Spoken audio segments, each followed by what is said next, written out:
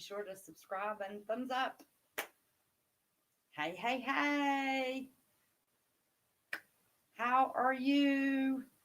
Yes, I am late, but I am late for a good reason.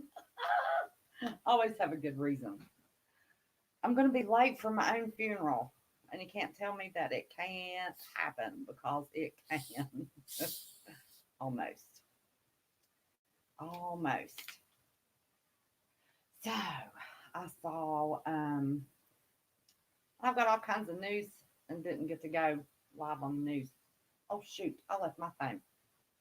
Mm, I can pull chat up.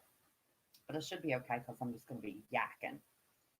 Okay, we had Jay Stone and Not Me and Susie Q and CJ Blaze and is that ABQ Skies and Tina. Thank you, Tina. Thank you, thank you, thank you. Tina is the email queen.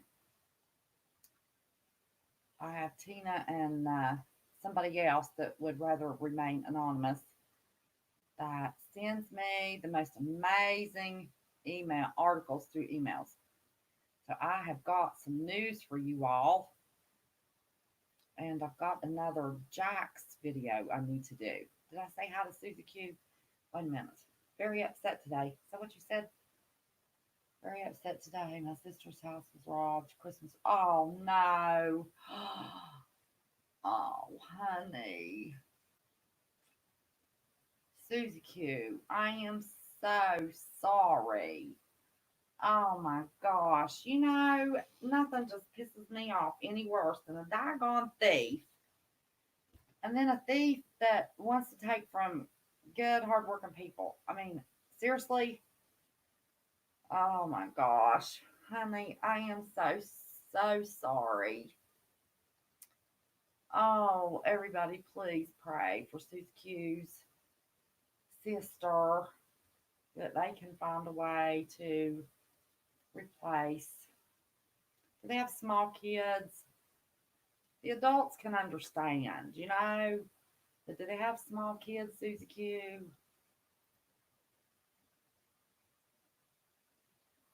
Oh, Barefoot Lice. Wait a minute, I jumped down here too fast. Overbuild Automotive, Nicole, Bill, Duct Tape Daddy, Angela Harris, Dredge the Red, Vanessa Dobbins. I'm always glad to see you, Vanessa. I'm always glad to see everybody, but Vanessa's got a situation too, so I'm always really glad to see Vanessa. Carol Brooks. Okay. Scan Family. Does it say Scan Family?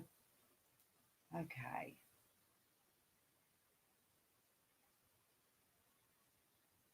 Did I say bit crazy? She put my glasses on. I know this glare bothers all y'all. I know it does. I can't see. 777 Lightkeeper. Wandering American. I hope they catch the scum too. Your nieces too. Okay, a 2-year-old, you can have a fabulous Christmas from the Dollar Tree and the dollar store. And surely the family will pitch in. And I mean, 2-year-olds don't know the difference. Family will, parents will, pictures. I know, I get it. I get it, honey. TRT2, how are you? JM, Ryan84. Ryan84, would you happen to be the Ryan that I have been emailing?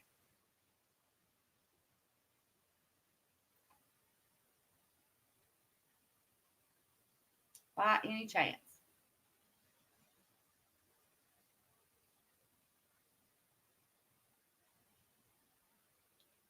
Still on the laptop. That computer back there, I've got the screen doing something, so I'm real happy. Somebody prayed for my computer for me last night, and Lord forgive me, I forgot who it was that said there was no prayer. Might have been Tina. See, my dad fought for his life. Thieves stole. My dad's history book 4 times. I have a story to share with you. It would blow your mind. Bear with me. Well, Dredge the Red, you need to come on screen with me sometime, honey. Yes, it is you, Ryan. Yay! Everybody, welcome Ryan. He's new. And the reason he's just a little tied special to our new group is he's from West Virginia. And this is his first time in chat. He emailed me and I talked him into his wife, his lovely wife, made an account for him so he could participate in chat. So he has never chatted on YouTube before. So we don't only have he's not a new subscriber, he's a newbie to the family that you all have seen. So we'll get him chatting away.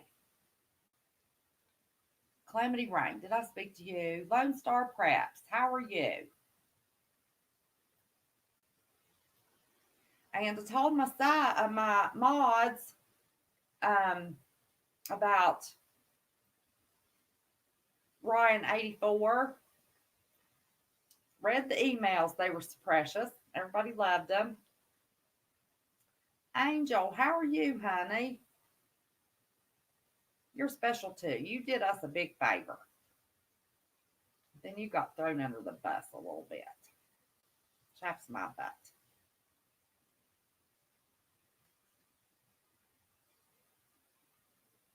I'm doing pretty good. I was sitting in my pajamas, sitting on the couch, thinking, oh gosh, which channel am I going to go live on? Do I want to? Is that Zephyr Tressler? Is that how I say that? Oh, listen. Are you part of the Marfugal family, Zephyr? They have a Discord server that's got has the state of Nevada with all the people in it. They have meetups and stuff.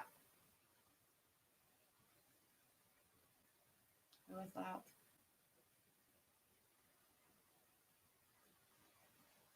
And they're all preppers on some level or another.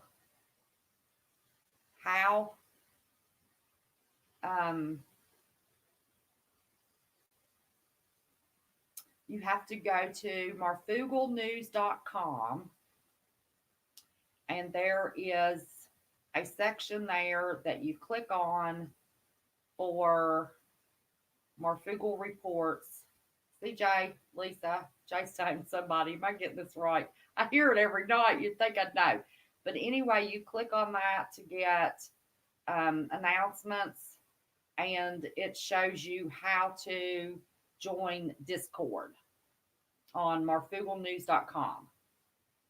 Free commercial. I do not get paid to advertise marfugalnews.com. Just happen to be very grateful that I've got a real big family of people that, excuse me, are like minded that I can associate with.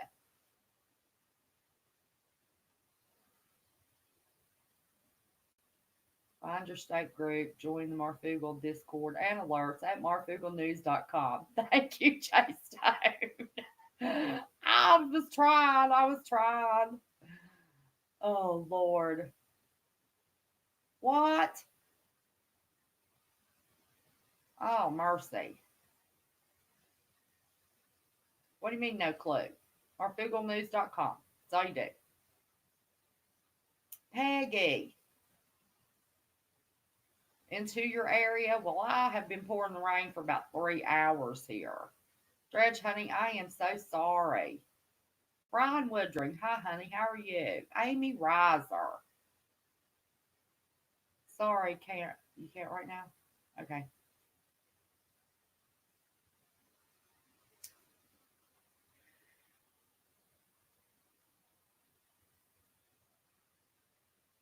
Yes, we all do, ABQ. I wouldn't even have a channel if it wasn't for that channel. Now I have 2 channels, for goodness sakes. Who would ever thought it?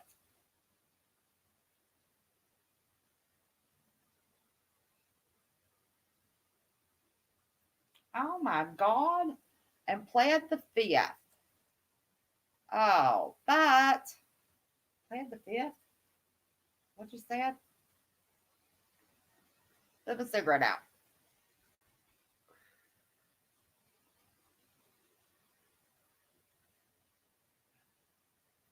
Oh, mercy.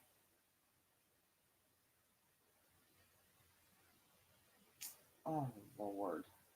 Oh, that not played the fifth. They violated four times and tried the fifth time. I'm good. Thank you so much. I know I'll do it again for you guys. I may have been thrown under the bus. I know what I had to do was right. How are you doing? I'm doing good. And yes, what you did do was right. Everybody saw all those names are always associated with that mess, and how it got turned into that only applied to one person's beyond me. But you know what I mean. We won't go into that. That's enough of that. Good Lord. Yes, and CJ Blaze has WVPM News, my second channel. Both these channels are growing. I'm just real thrilled. Judge Honey, we will pray for you. Is this recent? SD Mountain Man. Hi, honey. I see you speak to Josh. Josh Connor. Must have slid down a little bit too far. How are you, bud?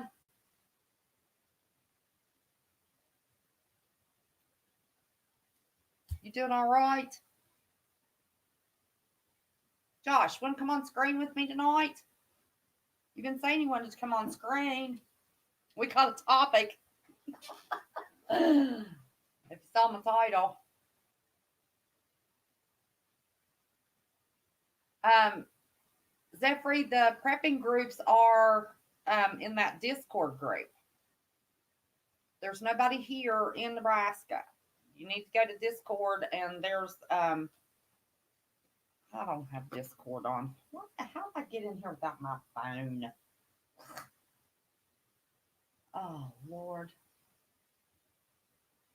11 Pagan 11. Hi, honey. I've been talking to you in Discord. Love your little heart. Say Lisa Jones and Kentucky Survivalist. What's going on? We're going to talk about a little bit of how you hurry up and get you some preps. I did a video, within the last month about prepping for one person for a month for under $100. And I'm going to talk about some dollar store preps tonight. Can't tonight. About to hit the hay. Well, Lord, you're even behind me. You're in a time zone behind me. 10:30. What time is it at your house? 8:30? My goodness sakes. Oh, Dredge, honey. Everybody keep Dredge the Red in your prayers. My dad was in the military police during the Korean conflict, but it had just ended. He didn't have to go to Korea.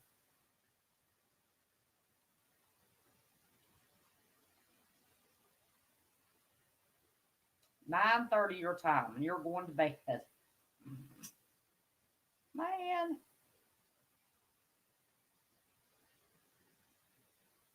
check out Abaco Makes. What's that? I don't know what that is. Dredge, honey, I am sure you do. My dad got killed in mines in 1979.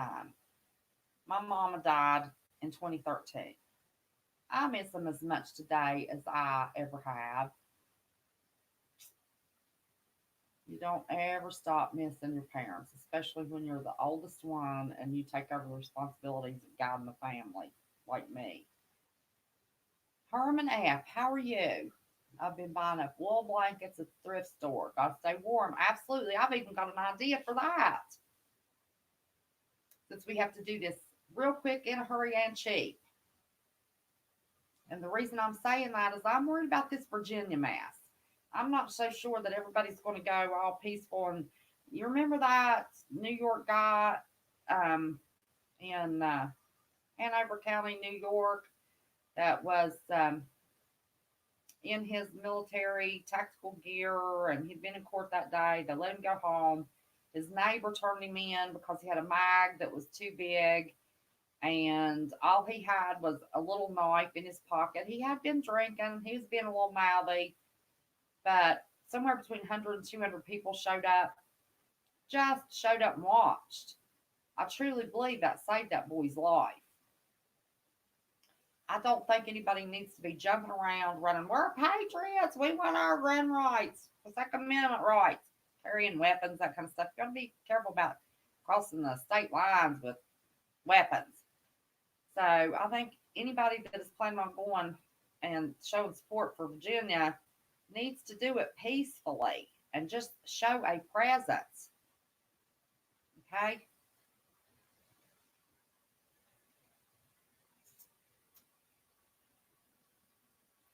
Great. Wafer. Is that how you say that? Wafer? Better be glad I live in Hardy County. I would come right over to Beckley and slice your head off.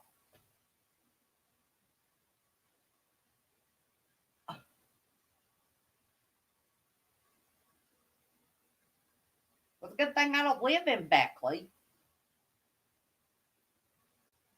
Well, see, trolls that are funny, I think they're funny, but people like Great Wafer, look at that. You need to get a life. You're a shithead. And I'm done with you. Wait, somebody get a screenshot of that.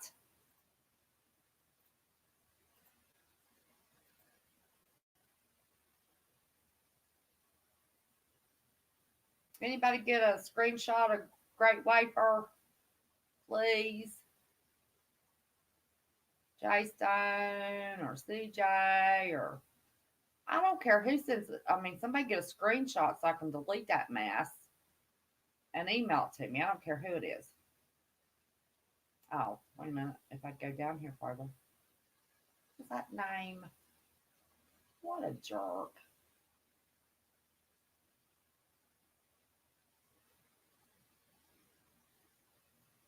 Let's see. Wait a minute. Sorry about that. No, those kind just piss me off to no end. Cause me to lose my religion.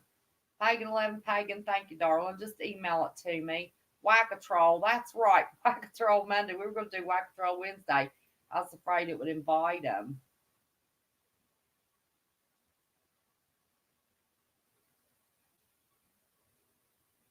Did that get deleted? Pagan 11 Pagan, you've got my email address, don't you?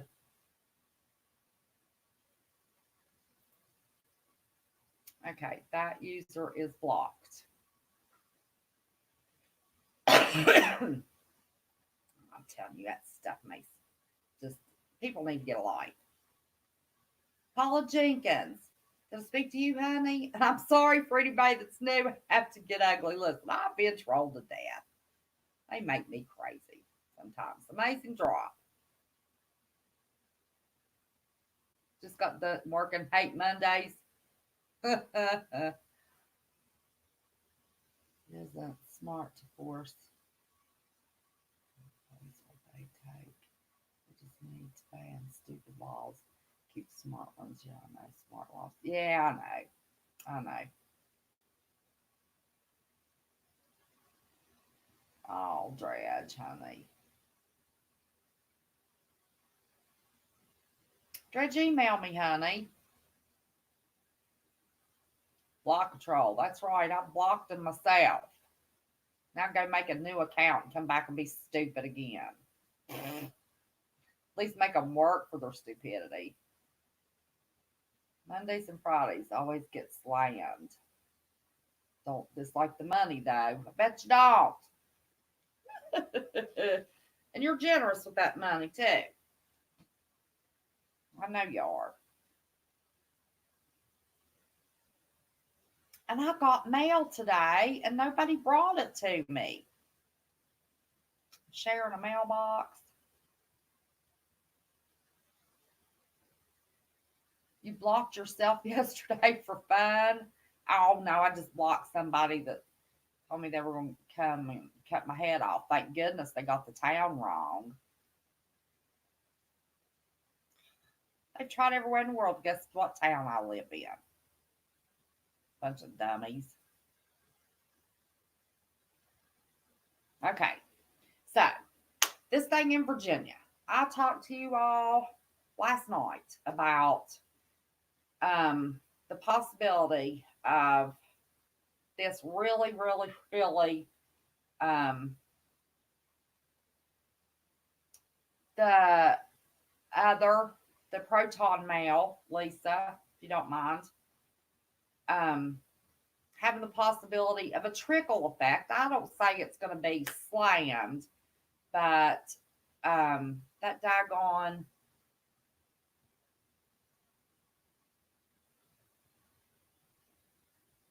Chris Watts, I don't know, buddy. I have no idea. Somebody screenshot that for me. I need to get my phone.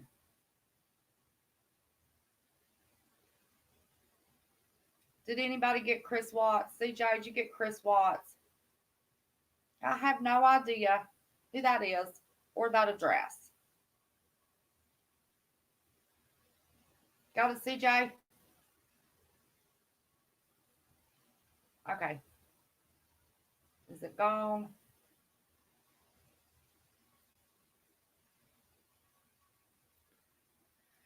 Oh,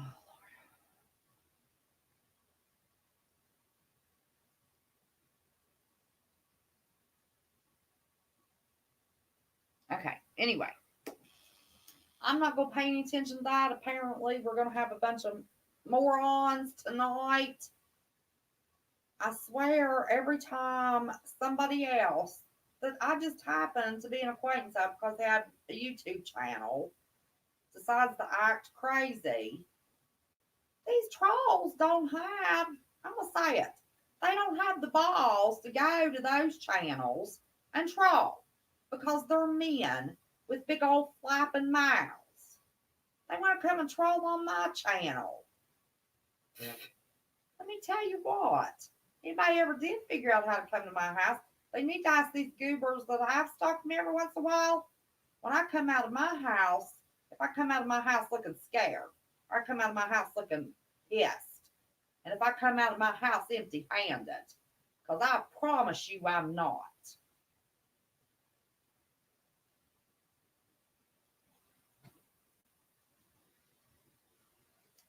Yes, Josh, I wish you could. I wish you could find them.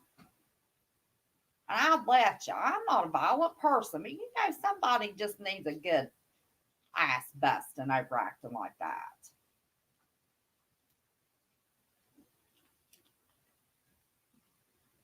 Oh, we had another one that I missed, Bobby McNulty. Oh, Lord have mercy. But I missed it. I'll see it after it's all over. That's right. You know how I used to get all upset, nervous, carry on? We used to have 20 trolls at a time. My mods were worked to death. And it would upset me because of, I didn't want Kay in Florida. Hi there. Oh, we're being trolled tonight. They've offered to chop my head off and trying to put the wrong address and people I don't even know. They're being crazy. Let's see. What's old Rip Curl saying? Hey, Rip Curl. You've always got some words of wisdom. I think I may have reached my limit with these children. They need to really grow up. They aren't men. I am a man. A man is respectful and kind and strong, polite. And if things do pop off, they will not. Let me tell you what. These crazy trolls, these crazy. A man who has to run his mouth all the time don't have no hind end behind that mouth. But for some reason, it always trickles down on me, and I'm the one that gets a blast of trolls. Go over there and troll them. They're the ones pissing you off, not me. Go troll them. Severe weather in Bama. Oh, Lord. Listen, I saw that Mississippi was having tornadoes. Are you all having tornadoes? It's the Hunger Games. I like Moon. How are you? Husband says he loves your accent. Reminds him of home. Oh, hi, Andrea. Where's your husband from, honey?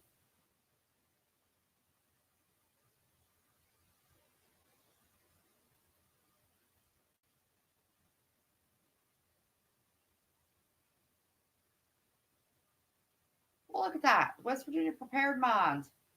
You're not the bad one. We are. Oh, it's gone. Need to worry. I'm going to show y'all something. These other guys get by with this all the time. Will Patriot, all of them. I'm going to show y'all something real quick.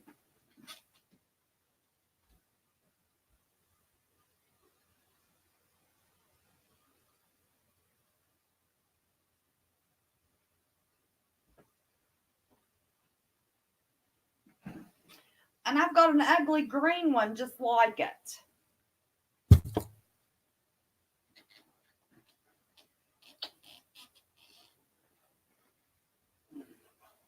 And I'm one hell of a shot, too.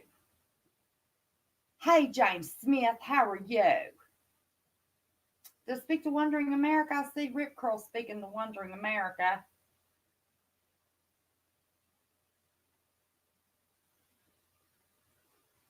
My sister's email address was at best snitch ever.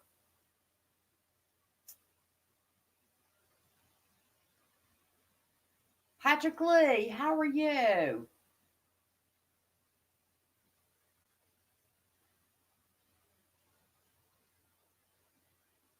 I'm doing pretty good. We're going to be entertained. Yeah, that's why we have 63 tonight. We've got our boring mush heads. Kelly, I hope you got a screenshot of that to put on one of the, whose videos. That'd make for a pretty one. Oh, you know what? There was something I wanted to go over tonight. I do have to have my phone. Hold on one second. I apologize.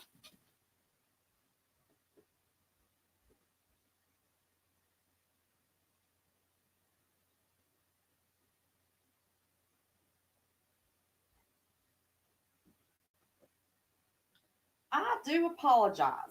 But there was a little bit of news I wanted to discuss with y'all. Sure was. I think this applies. I do. Good night for it. If I can find it.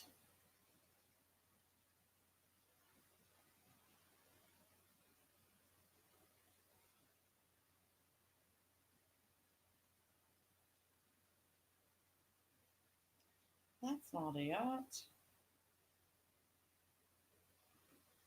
I got a special email from somebody. I forget if it was YouTube or TubeBuddy talking about. Well, doggone it. There we go. Dear West Virginia Prepared Mind. Let's make sure it don't show anything here. I want y'all to see. Let's see if I can. Can y'all see where that says, Dear West Virginia Prepared Mind? Your flagged video report. Okay. There is another email that talks about the new rules that are getting ready to take effect. And I'll be dying glass if I can find it. Of course, I can't find it. But I was going to read it to y'all.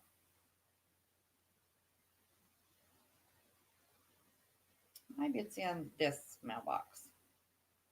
Hang on. But they're not happy with all of these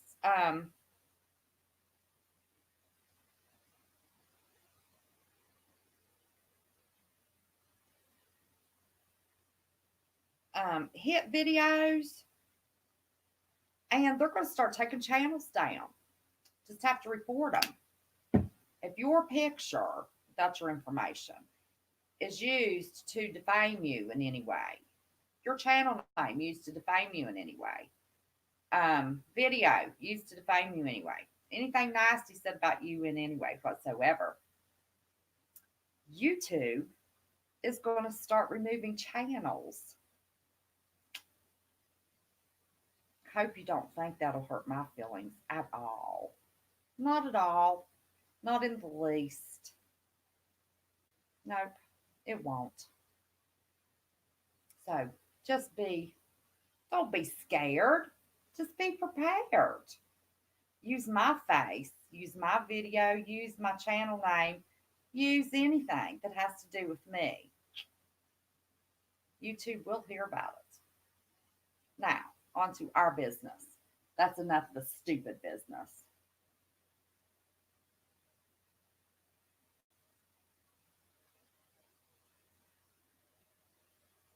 Oh gosh, somebody thanks for the view time, trolls. Oh, almost forgot to tell you, thanks for the view time. 68 of you here. Yay. Haven't had those numbers in a while. Thanks for the view time. Much appreciated. Yes, it is. Okay, so here's what we're going to do.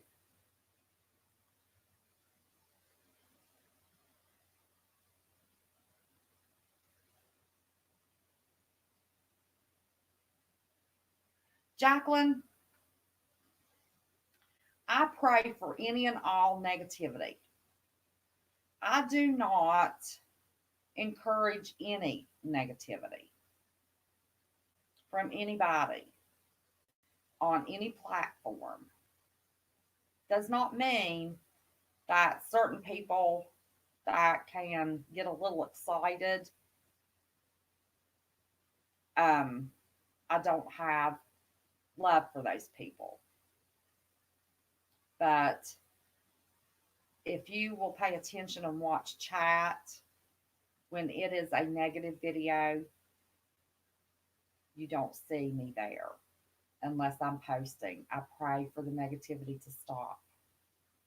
I pray for us all to get along.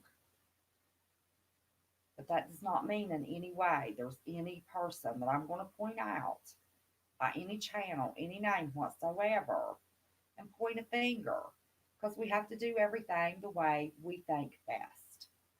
Each and every one of us. If I was ugly, I called the doggone trolls names. That's what I'd like to do to them.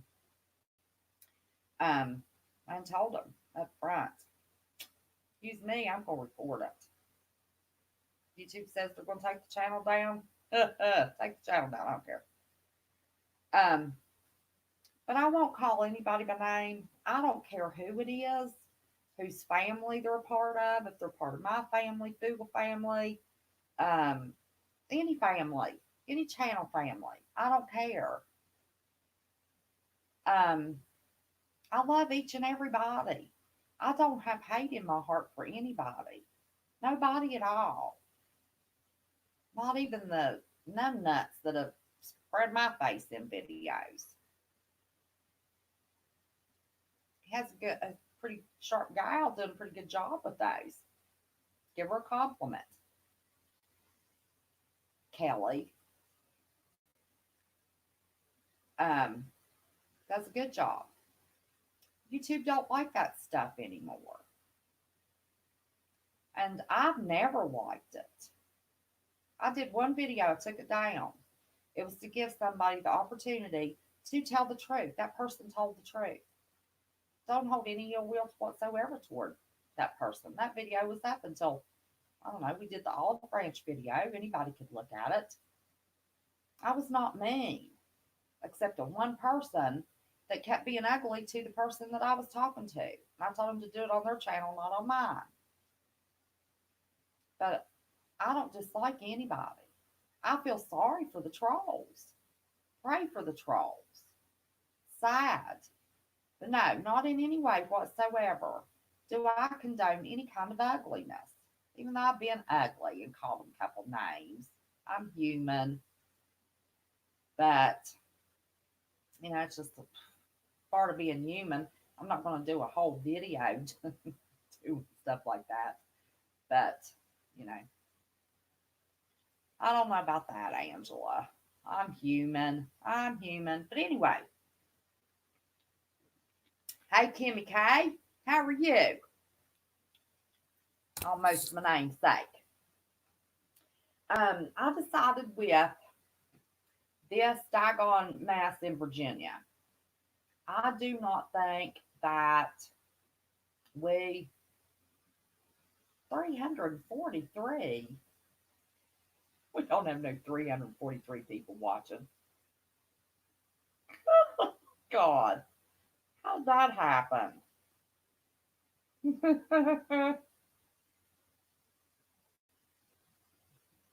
Is this crazy thing wrong?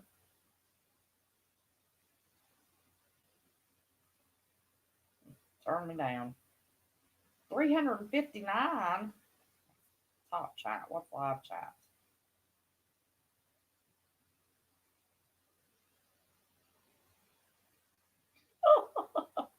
Well, welcome everybody. Sure don't have that many people in chat, but welcome, welcome, welcome. Okay, what we are going to talk about tonight, you say 362. Okay, um,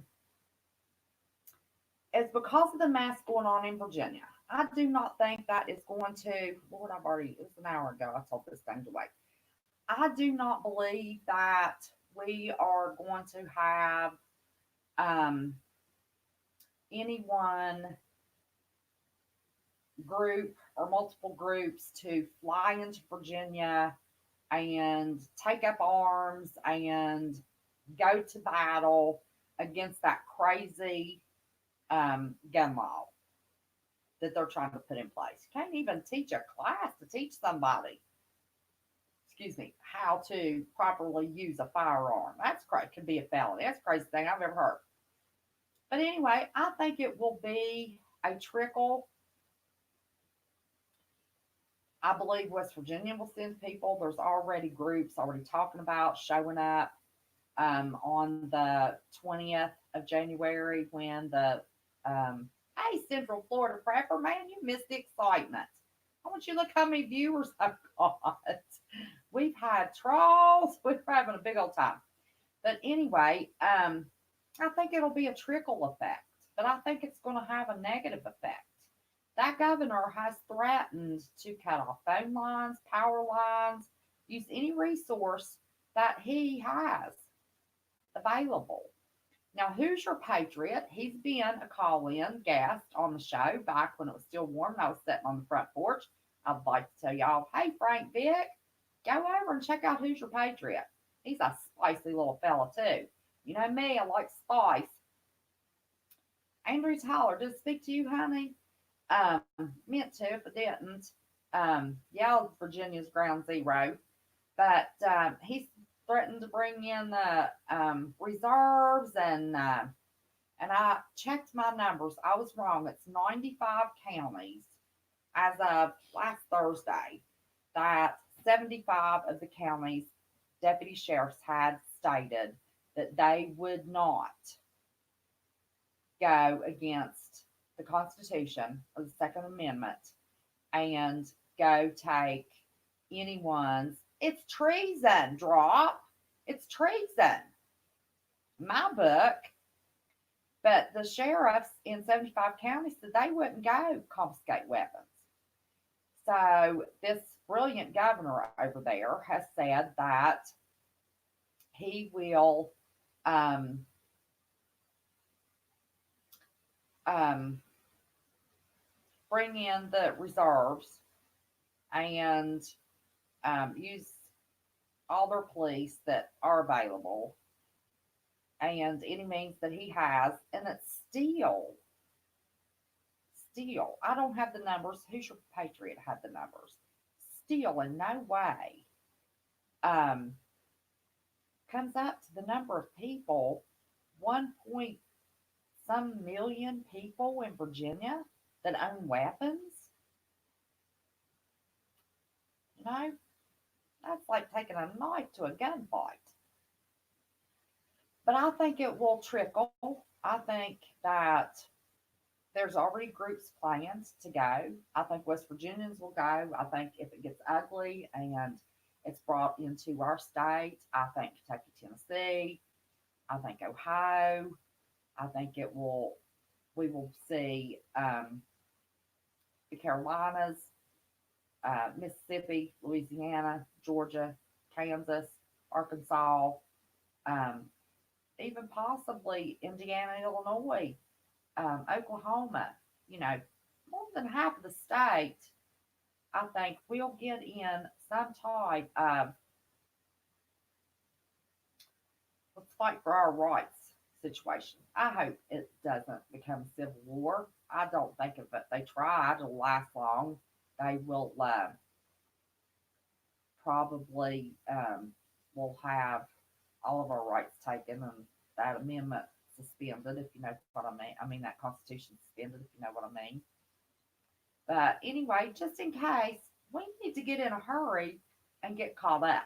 James Smith, how are you? Sonny Preps, how are you? If I didn't speak to you all. Um, so I wanted to do a real quick little thing and show y'all what I do. Jerry's Wood Shop and Outdoors. Listen, that's my brother from another mother, y'all. I want you all to run over and if you're not subscribed to Jerry's Wood Shop and Outdoors, Jerry, you missed the trolls, buddy. One threatened to come cut my head off. I brought trolls over to Jerry's channel. But he's a good old boy. Y'all got to watch Jerry. I'm telling you, he is funny. He makes everything funny. He even laughed at the trolls. I called him a few choice names a few minutes ago. Jerry, you missed it. But anyway, I think this deal in Virginia is going to be a mess or create a mess. And who knows what could happen. But till January the 20th, we won't know. That's kind of D Day. Okay? And Jerry, I want you to subscribe to Central Florida Prepper. He's one of my buddies. He's a brother from another mother. He's a good old boy. He's in Florida right now getting ready to homestead in Wyoming. And as a matter of fact, girls, y'all put y'all's channels down. You know, we've got some new people tonight. But everybody's channel in here. And everybody make sure you're subscribed to WVPM News because that's where I'm really going to give the news. The spice is over here, the news, you know, with a little spice, you know, as I report it, but the real spice is here. What's Jacqueline saying? Chose a weird governor. Well, I hope Kansas. I hope. Okay, so anyway, here's what I wanted to show y'all. Now, these aren't the best foods in the world, but we're talking survival here. Okay?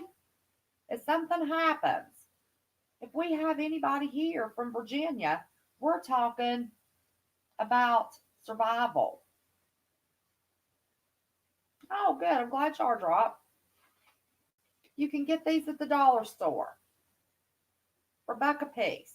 Sometimes you can get them under $1. Go to Aldi's, you can get them under $1. Okay? The grocery store, these are $1.29 now, the north sides. They have all different kinds of flavors. Chicken, teriyaki. This happens to be Spanish rice, my favorite, I believe. Yes. $1 at the dollar store. There's enough in this bag to feed 2 people. 50 cents a person. Okay? Now look, I know we've got all kinds of chemicals, GMOs, all that mess. I understand. That's not where I'm going with this tonight. I'm going for survival tonight. And if we don't have any food in the cupboard, we're not going to care how many chemicals and GMOs is in there. We're working on survival mode here, okay? Chow mein. This is teriyaki. I like teriyaki. They also had Kung Pao chicken or something. $1 a piece. $1 a piece. Very filling. Somebody I worked with, I bought this because somebody I worked with, I didn't have the teriyaki flavor. I had some other flavor. It wasn't teriyaki. Um, I ate that for a late afternoon lunch. I didn't eat dinner. I snacked that night. They're very filling. I mean, look how deep this little container is. A buck at the dollar store. Okay? Pinto beans, your proteins, under $1. You don't have to have any water to cook them. Now, if you've got jars and pinto beans and you have time to can, that's the cheapest way to go. Ask Alaska Prepper. He's my buddy too. But if you don't have that much time, under $1, I think it's 79 cents a can. Protein, filling. You can go get a 25-pound bag of rice at Walmart for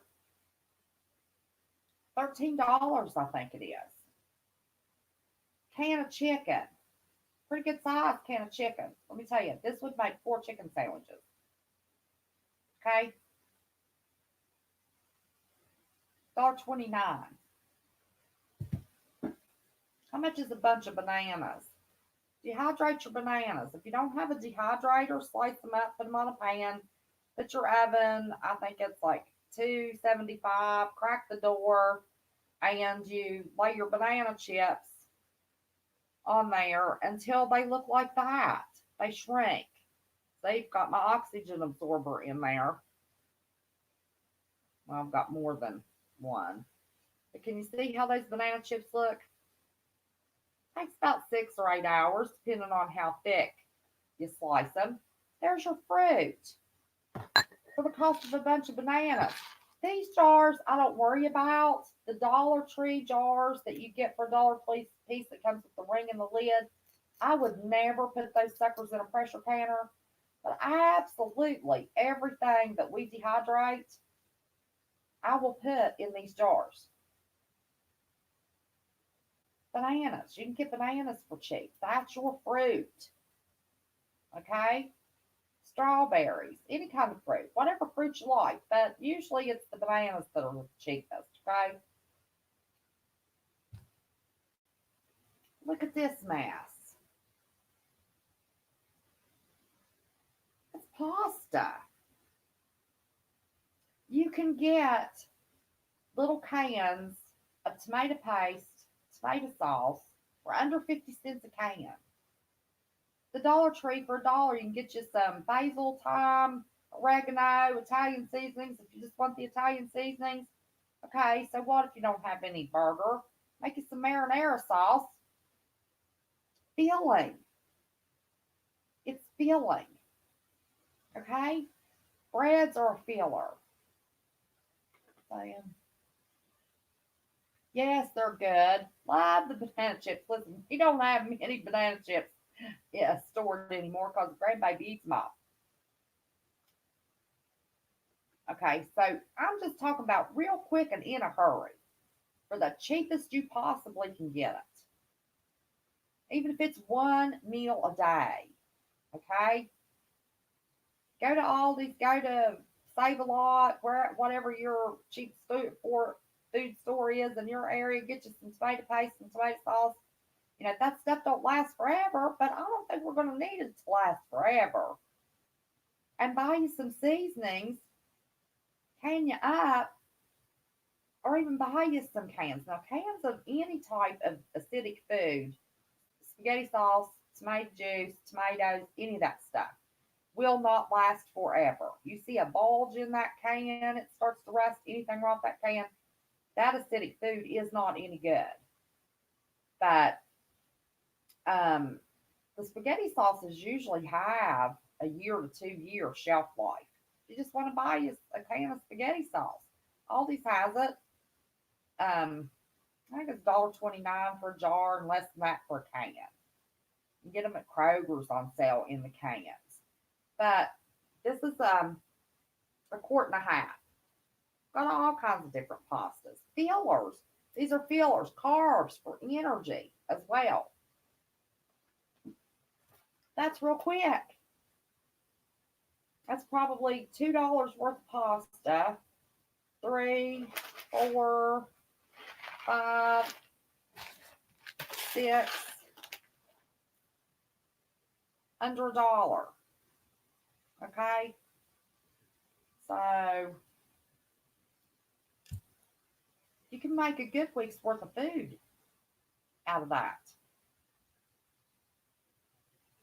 And if you use your rice as a filler, you can use everything that I've got in my hand and feed two people for a week. You go buy a bag of rice and add to that. Now, if you're on a budget and you want to get some food stored up quick, I just showed you how to store up food quick. Now, if you've got time and extra money and you want to start canning pinto beans, I still always recommend these. And if you're not, I mean, they're $1 a piece. Two servings, two big healthy servings of these sides. You can even get it with pasta and rice mixed. Fillers. But you need your fruit, you need your fats, you need your carbs, and you need your proteins. Um, 12 cans of green beans, corn, mixed vegetables, peas, all those kinds of things. 44 cents a can. $5 and some change for a flat. 12 cans at Aldi's. The vegetables. Okay? You got time to can your meat. Start canning your meat. Whatever meat's on sale this week. And I made a mistake on my canning video. I said a roll of sausage would fill a quart jar. A roll of sausage fills a pint jar. Aldi's has it for $1.89 a roll, and it is the same blasted sausage that is Bob Evans. But they mixed up the recipe, and anything that's mixed up, they sell to the stores for a lesser price. And the only difference is it has a little more fat content than a $3.49 roll of Bob Evans sausage. So it shrinks a little bit more. But still,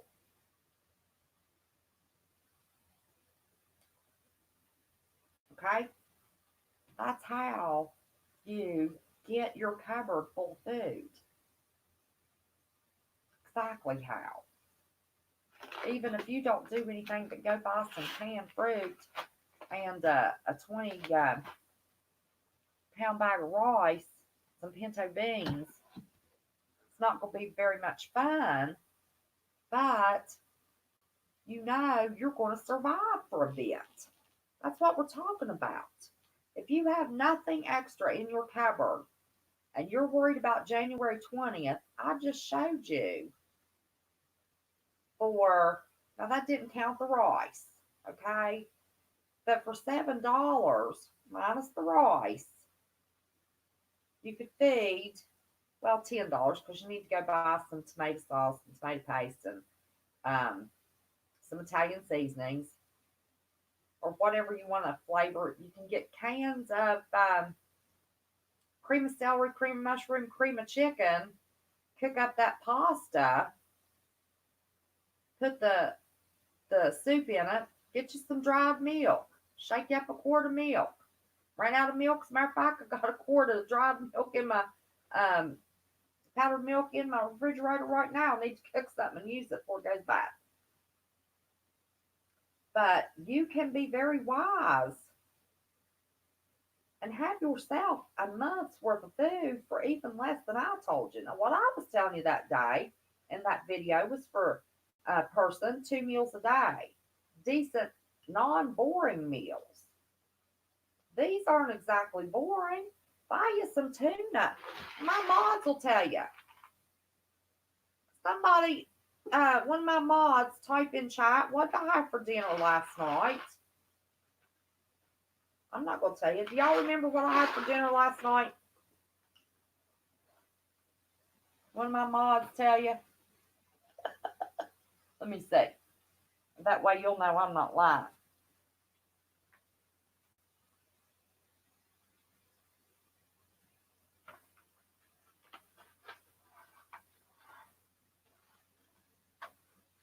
Are you staying up, Josh?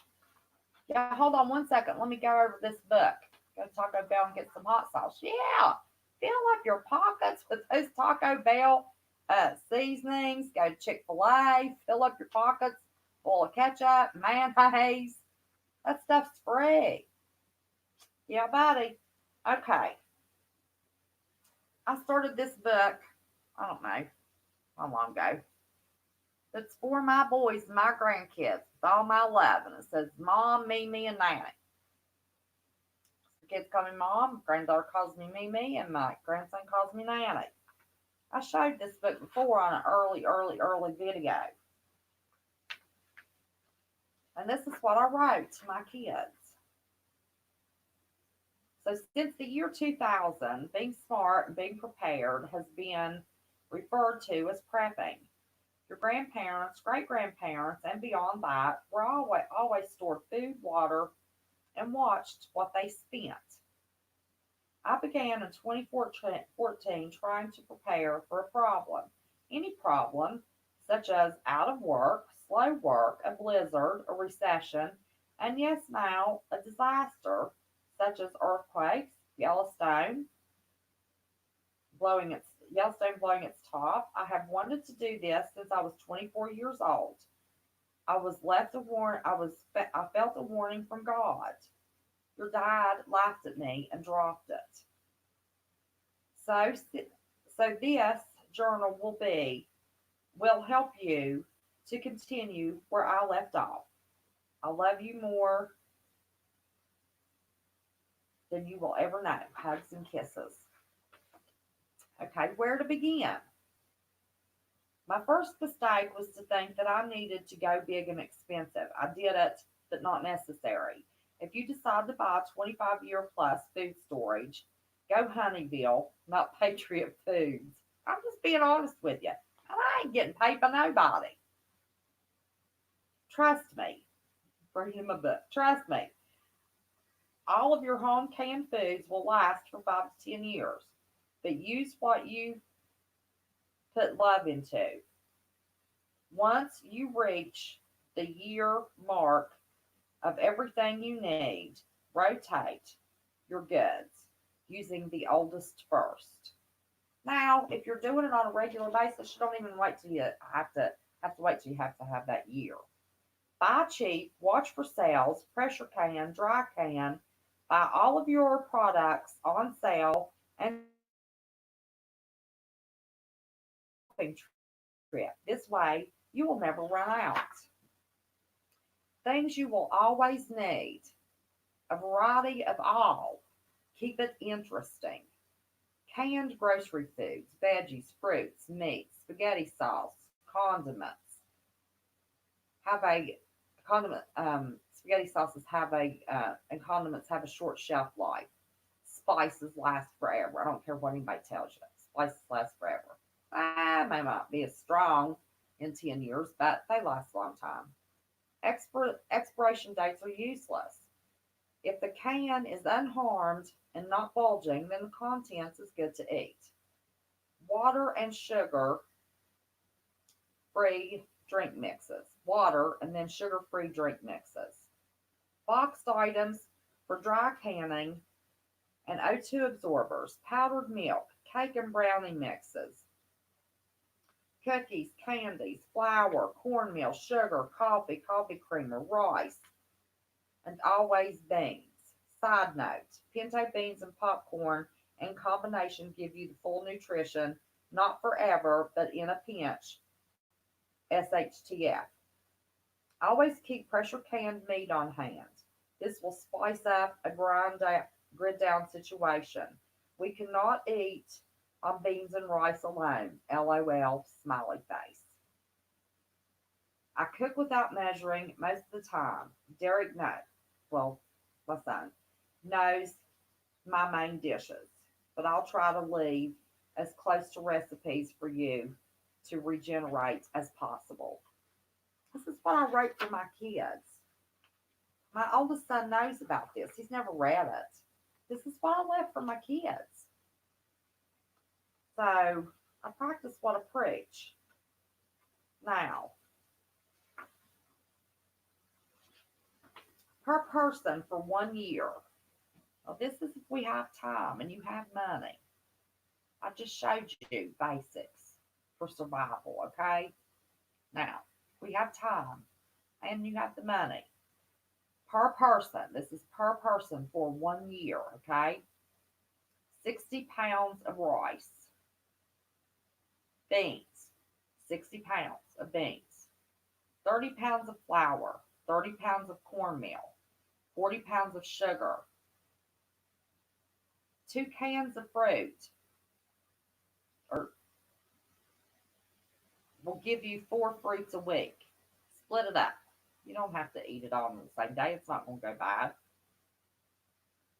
4 cans of veggies per week. 2 quarts of meat. 2 quarts of meat. 4 cans of meat. This is per week. Okay. 20 pounds of oatmeal per person for a year. 1 gallon of instant milk per person for a week. And 1 gallon minimum. 1 gallon minimum. I mean, that is if you have no water source whatsoever of water per person per week. That's the list I left my kids. I want to get a screenshot of that. Let's see.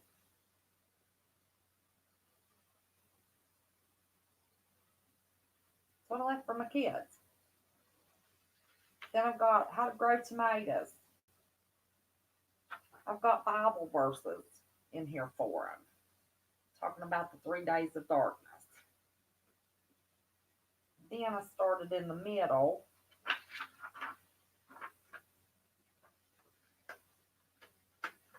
And just in case you have time and you want to spice things up, I've got a recipe for blue cheese dressing. I've got a recipe for mustard, ranch dressing, French dressing. I get this in the camera. Anybody wants to take a screenshot? I can't make sure I get it. Well, I can't get it straight. Hang on, I'll get it.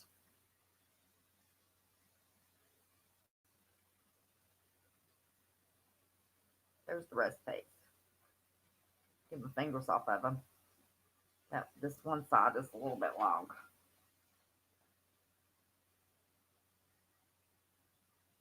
If I can get it straight, I'm drunk.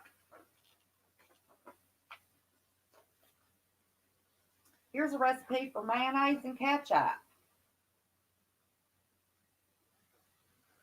You can look these recipes up. There's videos on YouTube.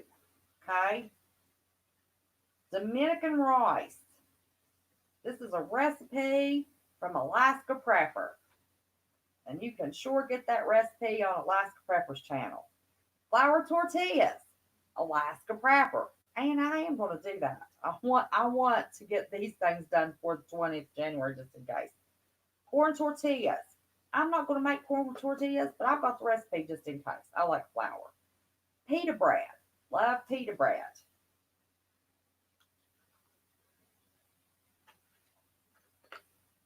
Hummus.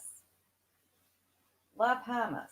Bagels. Alaska Prepper's recipe for the bagels also. Survival bread. He's got the easiest bread recipe in the world.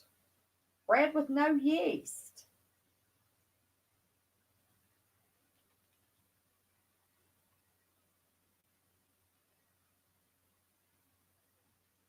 Here's the bread with no yeast recipe.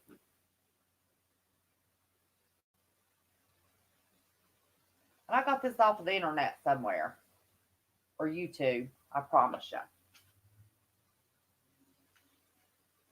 Okay. English muffins. French bread and old-fashioned hot dog chili. Okay, that's recipes I started that did not count. My son calls it my Holy Grail cookbook. I keep everything in here.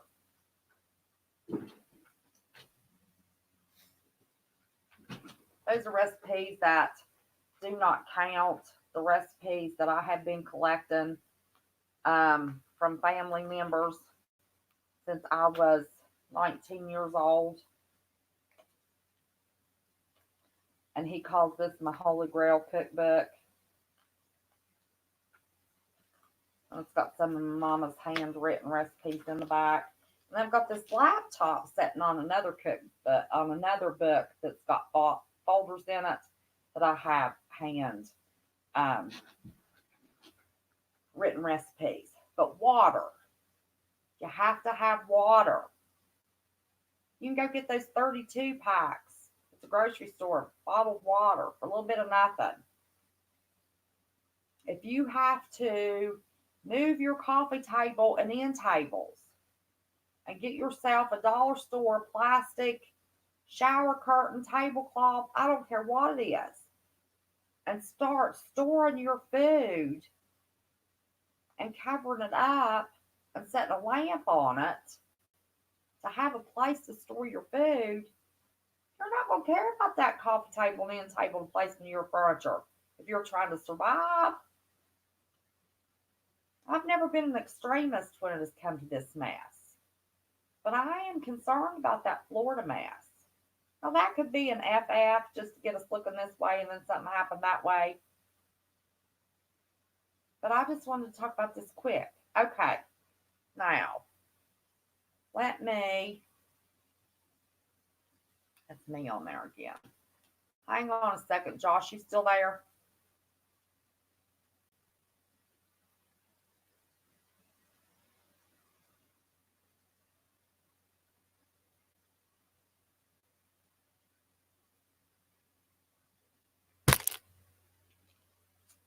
Um,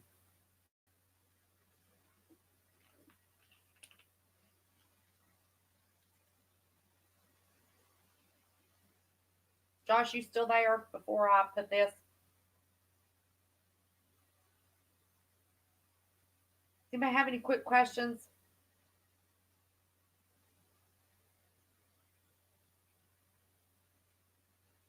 Hi, Colleen. What'd you almost forget? Negotiator, how are you? Compton Family Compound, how are you? It's so good to see ya. I am just doing a quick, what can you do for under $10, bare minimum? You don't have a lot of money, you don't have anything stored, but you want to get some stuff in your cupboards before January 20th in case we have a mess because that Virginia mess. That's all I'm doing. This is not how I prep at all. Josh Connor, are you still there? But I'm so good to so glad to see you, Compton Family Campground. Y'all click on his screen name and go subscribe to his channel. If you would, Josh Connors, you can click on his name, go subscribe to his channel. Any of the mods, click on their name, go subscribe to their channel. Brian Griffin, you read that McDonald's don't spoil. I've heard their hamburgers don't. Mrs. Josh Connor, hi there. How are you, honey? Do you know what I like so much about your husband? He always talks nice about his wife. And a man will talk nice about his wife is a good man, in my book. So it is nice to meet you, honey. Of course, I'm old enough to be y'all's mama. I'm 59 years old. So all of y'all are like kids to me. Shop with coupons, absolutely. So, Shastina, hi, honey. Food bank, absolutely. You'll be back. Okay. Um,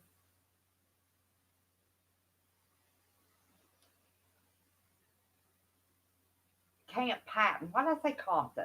What in the world, Camp Patton Family Campground? I am so sorry. I apologize. Oh, Mercy, you want to come? You're 62. You want to come on screen with me? You want to give him some of your ideas? I'm doing good. That's how he is, and thank you. He's a sweetheart. He is. went on Will Patriots live one night and happened to realize the Josh and realized it was your Josh. And I said, "Is that my Josh?" Josh has been with me just about since I've had my channel. Colleen, I'm a proud grandma too. You all are babies. You're 71, Kent. Well, bless your heart. I hope I make it to 71. Oh, Lord. Unless Lord comes back. Lord comes back, it don't matter. Corned beef hash is good. Yeah, buddy. Let me tell you what, I've complained about those chickens next door, but I'm sure glad we got those chickens. Angela Harris.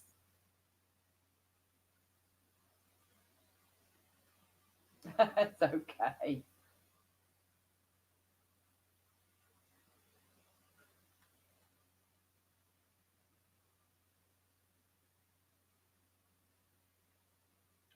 Oh, you'll come on screen with me? Okay.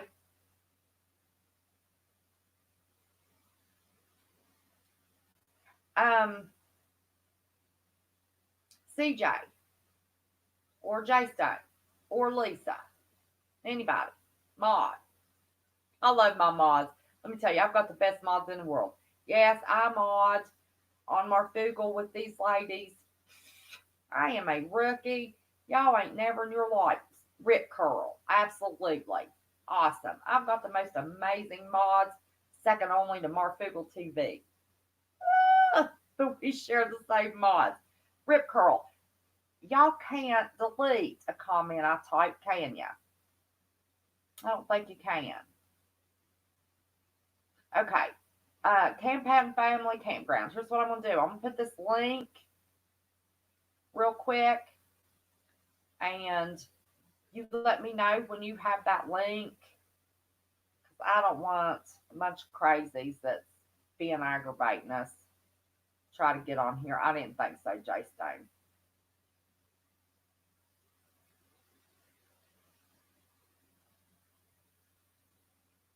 But you let me know as soon as you have that, because I'm going to delete that.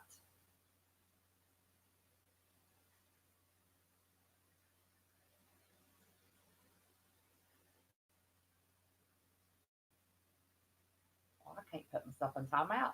I can't delete it. Hey. Look who I have here. Holy cow. There you go. Hang on a second. I can't hear you. My computer's having problems, and I've got my um, top going. It is the good.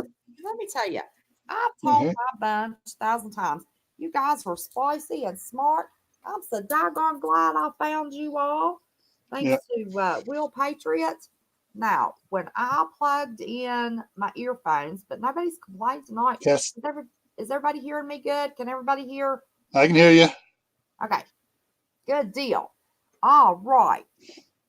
This is Gil. Hi, everyone. Everybody, be sure and go over and subscribe. The good guy has some great videos. All For, right. for those of you who don't know me, haven't seen me before, I just retired from the Department of Homeland Security. I was the emergency management coordinator. I wrote all the tactical response plans for disasters and events. That was my thing. Now, how impressive is that, y'all? Y'all thought I was just going to throw somebody up on the screen. I already knew that.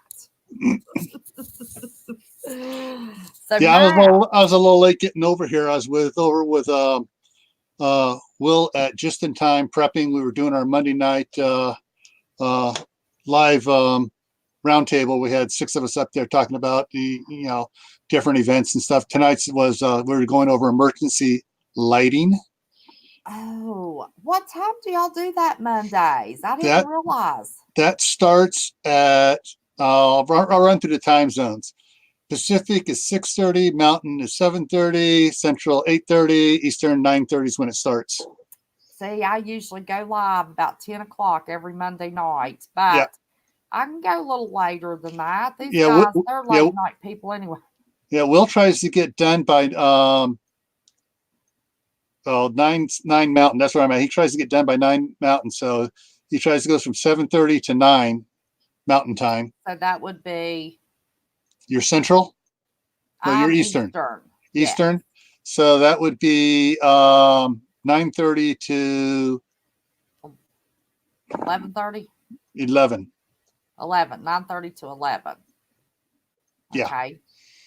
And then we on Wednesday, Southern Ohio Prepping does the same thing, and when he hosts it same time on Wednesdays. Okay. I try to go live on Wednesdays, but if I do, it's usually late, so I know I can get Wednesdays. But we'll always host that panel every Monday. I'm always on the panel. Will Russell, who is Just in Time Prepping, is the one that hosts it. Oh, okay, okay. And yeah, I got his thing, but I had already put everywhere I was getting ready to go live. Yeah. So that's his thing, Just in Time Prepping. Yeah. Man, you missed all the fun. I had all the crazy trolls. There was 300 and some watching at one point. They were trying to put addresses, going to come cut my head off. Yeah, we had trolls hit Killdeer's live earlier today. And there's one guy out there, Vernon. Do you ever see a Vernon in the chat? Yeah. Killdeer made a mistake of bringing him up on the panel. He was trying to get 6 of us up there. Yeah. The guy said, "Oh yeah, earlier today I was," and he stood up and whipped it out and said, "I was doing this," and he had to kill it. Yeah. So Vernon is a bad troll. He's like a professional troll. Business out on camera. Yeah, it was a little deal. Oh, that's what I was gonna say. I bet that was a little bitty deal. Somebody that done. Yeah, but yeah. Lord. Yeah, there's I'm trying to remember her name. Crazy Annie over in Norway. Yeah. She's run into him a bunch too. Well, I had an issue of some major death threats and all kinds of stuff. I called a 3-letter agency, but I can't even get that doggone guy to call me or email me back. Aggravates me to death. But on prepping and stuff, yeah. We started. I was trying to talk to him about if we only have till January, at the end of January, to try to get a little bit of anything. Did you see what I showed him to go by? Yeah, I saw some. I caught some of that. Okay. This was $1, and the macaroni and cheese less than $1, $1.29 for the pan chicken. Pasta's cheap, and I have a document here. I'm trying to find it here real quick here. Okay.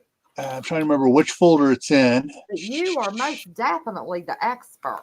Where is it? Now, what state are you in, Gil? I'm up in Idaho right now. I'm in Idaho. My wife is still in California. And she's got another 4 years before she retires. So I'm getting the compound up here already, getting all the, place was a disaster when we bought it. We got it for dirt cheap. So I'm fixing it up, getting it ready, getting the orchard planted, doing everything up here. So when she comes up, she'll be nice and happy. So I'm trying to keep Mama happy. Absolutely. All right. I can't find, happy wife, happy life.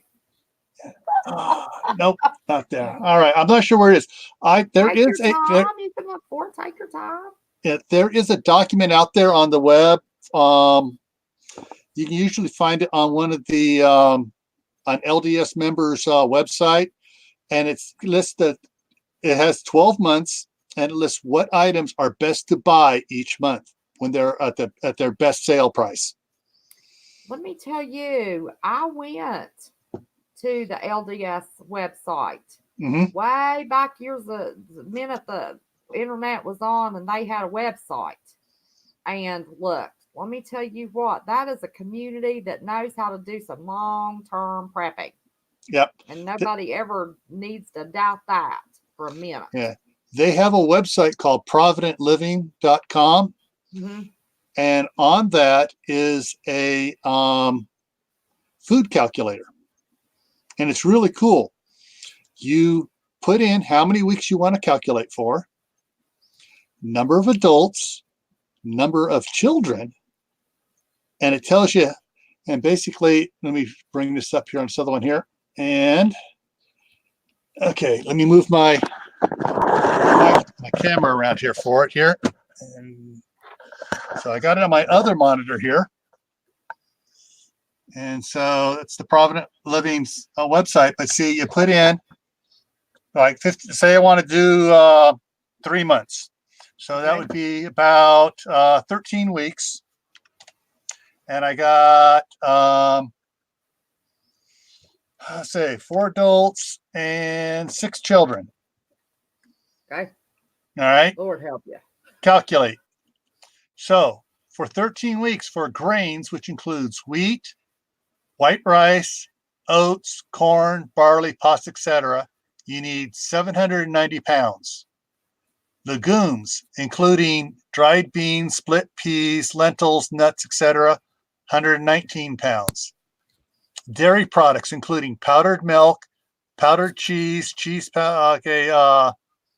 canned cheese, etc., 59 pounds.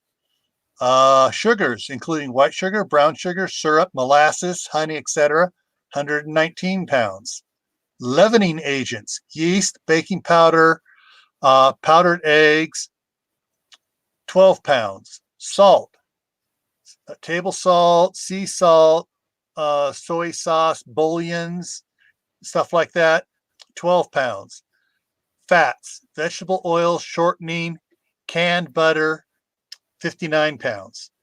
Now for water, it only gives a 2-week amount because water's hard for most people to store unless you happen to have barrels and stuff. And for 2 weeks, for that number of people, for 4 adults and 6 kids, is 280 gallons for 2 weeks. But you can plug in how many weeks, how many people, adults, children, and it'll give you a base number like that. And from that, you figure out, okay, well, we don't like these type of grains. We like these. So you slant your stuff towards what you normally eat. Right. And the biggest thing, everybody, store what you eat what you store. Absolutely. And but for between now, spice it up a little bit. You can't have boring food. Yeah, well, we store a lot of rice. We use a lot of rice. Yes. But we do things to that rice that is like, my wife comes up with all these different ways of using rice. One of our favorite ways is we take a pound of hamburger, brown it up, 1.5 cups, 2 cups of instant rice, a can or 2 of diced tomatoes, a can of white beans, a can of black beans, and several tablespoons, you do it to your taste, of taco seasoning. And you mix it all up. Every once in a while, she'll throw in get one of the small 1-pound bags of sweet corn, the frozen sweet corn. She'll toss that in. Cool. That we call Southwest Survival Mix. You can eat it in a burrito. You can eat it in a bowl with taco chips and just scoop it out. Mm-hmm. You can do it on an open-faced tortilla or a open-faced taco shell. You can eat it in tacos. You add cheese to it if you want, grated cheese. Right. Or like my wife does, she'll add sour cream to it. You can add, sprinkle your chopped up green onions on it, whatever else you want to add to it. Because some of our members of our family don't like onions, others do, and you just add to it. It's a great base, and you can use that for 10 different ways, easy. And you can increase the amount of rice. When I do that for the Boy Scouts, I'll increase the rice, the percentage of rice, to 3 cups per pound of ground beef. There is nothing left. Oh, I can imagine. Them Oh, scouts just love it, and they eat it every different way. They all don't eat it the same way. meal that you can do more than one thing with. Yeah, and Yeah. you can change it up even more. Sometimes she'll add a can of refried beans to it, Yeah. thicken it up. Thicken it up a little bit. Yeah. She will sometimes take the diced or the minced onions, add that to it. Sometimes she'll add some chili powder to it, straight some cumin and stuff, make it more chili like. Um, sometimes she won't put the rice in there, and she'll serve it over spaghetti noodles. Oh, cool. Yeah, Now, does she pressure can? we have not started pressure canning. I grew up water bath canning, vegetables, jams, jellies, stuff like that. I bought her a pressure canner a couple of years ago, and she's been so busy she hasn't had a chance to go take classes to do it. Oh, she don't need a class. She don't need a class. Well, Listen, she when I say a easiest class, thing in the world. yeah, she wants to go with somebody, or someone that can teach her some of the things, the simple things not to do, and what to just someone, so she doesn't make a mistake. She doesn't want to make a mistake and can something improperly and have us all get sick. So she just wants to make sure of what she's doing on it. Been canning for years. Haven't killed anybody yet. Yeah, well, like I said, I started water bath canning when I was 6, and helping out because we had blackberries on our one property. Not just growing wild; they were planted in rows and watered and weeded, and we'd go through and pick blackberries by the bushelful, and we canned probably 60, 70 quart jars of blackberry jam. Right. I used to do apple jelly. Yeah. We have some friends that had a bunch of apple trees on their property about 2 miles away from us. And they used to do apple jelly in the half pints. Mm-hmm. And, I did it. My kids were babies, and we didn't eat a lot of apple jelly. I used to do it in the toddler, saved all the baby food jars, mm-hmm. and then I poured the paraffin wax over it to seal it. Yeah. And that's how I did my apple jelly. Yeah. My grandmother would show us sometimes, using the rings and the lids and stuff, Mm-hmm. but she'd also do some stuff in the jars, and she put the paraffin on it, and they had those the glass top jars with the rubber gasket on as well. Mm-hmm. So she'd show us how to do that for the blackberry jam, keep it that way as well. But Farming for 5, hi there. You're new. Yep. Taco soup, she suggested. Yeah. Oh, my wife loves making taco soup. I love eating it. I've never made taco soup. There are some really great recipes out there for that. I'll tell you my favorite rice recipe. It's real easy. When she starts canning, I can, in a quart jar, half of that to the round top of that jar, the rounded right here, the rounded portion of the jar. Mm-hmm. I put as much steak in it for 4 people as I think we'd need, and put half tomato sauce and half beef broth. Put a half of a Vidalia onion and a half of a green pepper and a whole banana pepper, and pressure can it. No seasonings but the salt, because the longer it sets, the seasonings overtake. You have to season when you open it and cook it. You can't can it season. And I get it out, heat it up, put some cornstarch in it, thicken it up like a gravy. And mm-hmm. then, because that steak just turns out tasting like little pieces of beef roast, and we pour that over rice. That's our favorite survival meal. Yeah, my wife was wanting to learn how to do. Her favorite thing with rice with beef is the beef and broccoli, and she wanted to do the beef up all like that. So she just pull it out and do beef and broccoli real quick. You started asking about stuff between now and January 20th for those in West Virginia. The rest of the country is not going to be affected much by what's going on in West Virginia yet. Virginia. Virginia. Get a little tongue tied here. That's 'Cause okay. I see the WV down there, so my mind. Right. So in Virginia, you don't have to worry about that. I mean, what's going on there that much affecting the rest of the country. There's not going to be a big bugaloo. There's not going to be a big thing. If the governor of Virginia tries to use the National Guard to go out and take guns, the FBI and Homeland Security will go arrest him. I said it was treason. Well, it's not treason. It's improper use of military forces under the Posse Comitatus Act. Okay. Same thing to me. Yeah. It's not treason, it's criminal. There's a difference. Yeah. I mean, my gosh. Well, I think Yeah. it's a little treason too, you know. Yeah, but, you know, he's just spitting on he's the Constitution. yeah, he's causing problems that he doesn't know he's causing for himself. But for everyone else here, Why is nobody if you're pulling him if you're aside worried and about telling him? if you're worried about food storage and stuff, it's simple. The stuff you eat the most of, start stocking up a little at a time. Don't go overboard.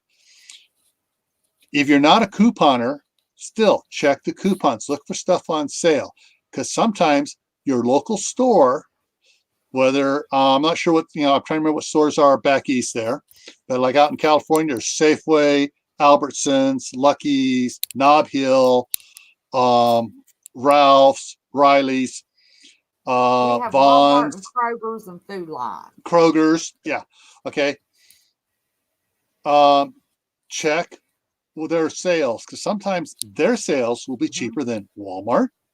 It will be cheaper Yeah. than Costco or Sam's Club. It's true. That way you can you get the same stuff, but you get it when it's on sale.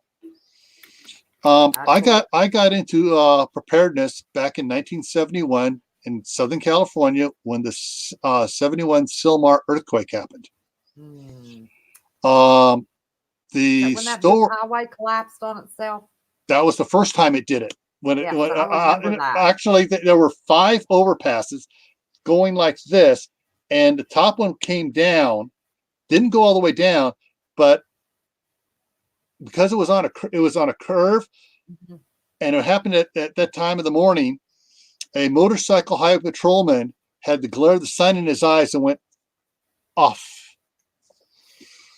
And then later, when the Northridge earthquake happened, the same thing collapsed again. What year was that? I was 11 when the first one happened. The Northridge, I was older. 90s. I can't remember because I wasn't down there anymore. I was up in Northern California. I was up in Northern California for the Loma Prieta when the Oakland, when the Cypress structure collapsed, all 5 miles of it came down. Right. And the Bay Bridge actually functioned the way it was supposed to. The sections here slid Mhm. and fell apart and fell down, and basically if it had been rigid, the whole thing would have come down, but the stress was relieved by it like it was supposed to, but everybody called it a failure. It wasn't a failure. Right. It was engineered properly and it worked the way it was supposed to work. But so I wasn't down there for the Northridge one, but on the 71 Sylmar quake, 2 days after the quake, the stores were out of toilet paper because somebody started a rumor. Yeah. And so that's when my mom started getting into preparedness, and we all got into preparedness, and we started. Need toilet paper, I'm telling you. Yeah, hey, toilet paper never goes bad, so long as you keep it out at the sun. And it doesn't have to be the best if you're trying to stock a bunch, because in a pinch you'll use anything. Yeah. But that's when she really started clipping coupons and stuff, and she would go and buy, when tuna was on sale, she'd buy a whole bunch of tuna. Mm-hmm. And she'd only buy it when it was on sale after she had a stockpile, after she had some stored. Mm-hmm. So, and that's the way she went on to different things, spaghetti, macaroni, not the macaroni and cheese, just the macaroni. And she would buy, the cans of chili when they were on sale.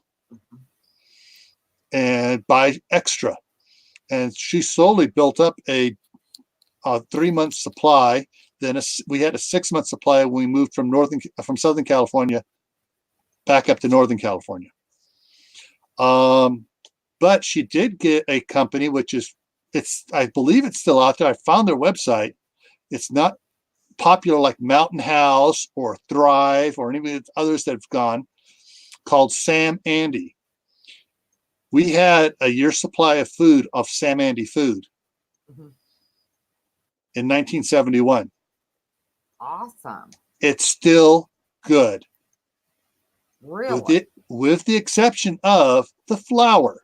We learned flour doesn't keep more than 5 years in a can. It picks it because the wheat's been cracked and opened up. It draws out the metal flavor of the can and is really nasty. Oh, geez. But everything else we've opened up a can here, we've opened a can there. It's still good. The flour was the only thing that went bad. The rice is still good. The wheat is still good. The yeast is still good because it hasn't been opened up and it was stored with nitrogen in there. So there was no oxygen. So, yeah. All of my dry goods, I freeze for 4 days. What was that? Any bugs. All of my dry goods, pastas, flours, cornmeal, anything dry, I freeze it for 5 days before I Maillard it. Yes. 4 days.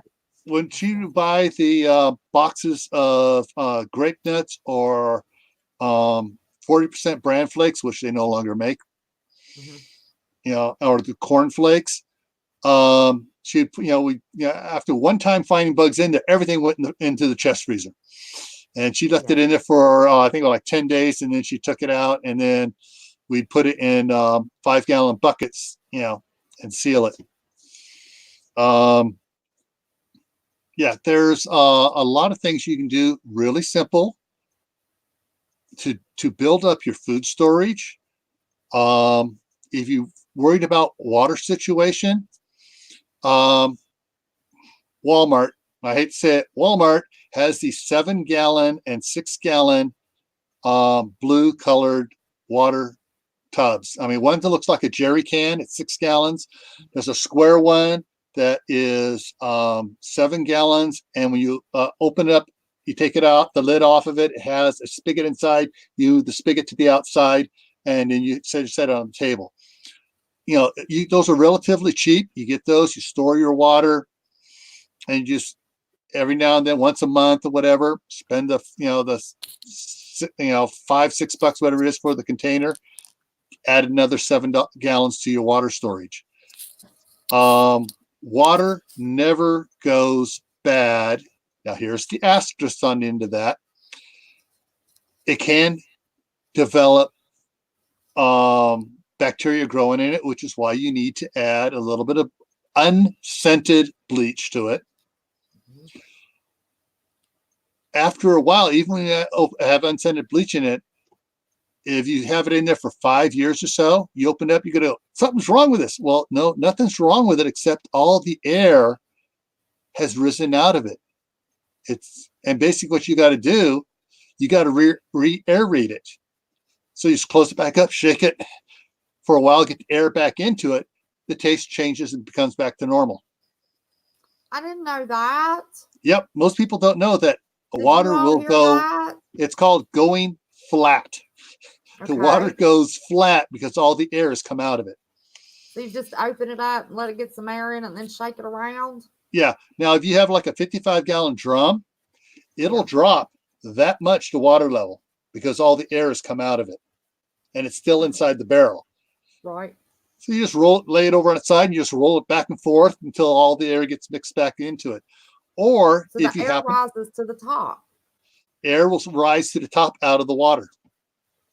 I did not know that. I've never heard anybody say that. Yeah.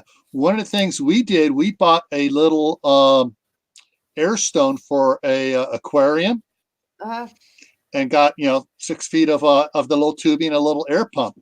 That way, when we need to, we just pop it open instead of trying to move that heavy, 400-gallon barrel of water around to roll it. We just drop the air stone in there and turn it on for a day. Oh. And it just bubbles there and it gets the air back into it. Think about it. Fish need air to breathe, in the water to breathe. They breathe in the air, they breathe in the water, and the water is filtering the air through their gills to pull the air out of the water. So that's why fish tanks have those little bubblers in there to get the air back into the water for the fish to be actually to breathe. How cool is that? And you can use that to re-aerate your water. Trying to glance at the side chat here, see if anybody's How popping much anything I need to know bleach about. per gallon of water do you suggest? Since you've been doing this so long. It depends on your situation, your ingenuity, and water around you. If you're in a city and you're just planning on just, short-term stuff, you want to have, all right, figure a gallon of water per person per day, minimum. That's your clean water. Gray water is a different story. You want to have your clean water. You figure what is the longest time you're going to need and double it and try to build up to that. Do not store, important everybody, this is important. Do not store your plastic containers, even if it's a 55-gallon food grade drum, on concrete. It needs to be up off concrete. You need to have some 2x4s under it, or at least a 3/4 inch sheet of plywood. If you have access to pallets, that's even better yet, because that puts an airspace under as well. Believe it or not, even though it's in a plastic drum, the water will draw through the plastic from the concrete, the lime and lye out of the concrete into the water over time. It takes years, but it will draw it through, and your water can become tainted with the lime and lye from the concrete. No kidding. Yeah. Yes. All right. Sunny Prep. 7 gallons is extremely heavy for most women. Yes, it is, because water weighs 8.8 pounds per gallon. So a 7-gallon one, basically 7 times 9.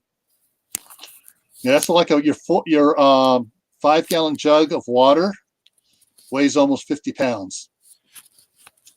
Weighs 45 pounds approximately for your, actually 44.2 pounds for your 5-gallon jug of water. You're just full of great tips. My bunch hasn't ever heard this stuff before. Yeah. Okay. Andrea Tyler, you put an additive in your water storage, 5 years to preserve it. What the additive is? It bleach, or it is a similar type additives like chloramine? The one thing, chlorine, which is what bleach is, when you open it up, if it still has a slight chlorine smell to it, if you happen to able to have one of those aerator stones, like for a fish tank, after 48 hours of aerating it, the chlorine will disperse out of it. If you're using chloramine will not aerate out as much and will always leave some trace in the water.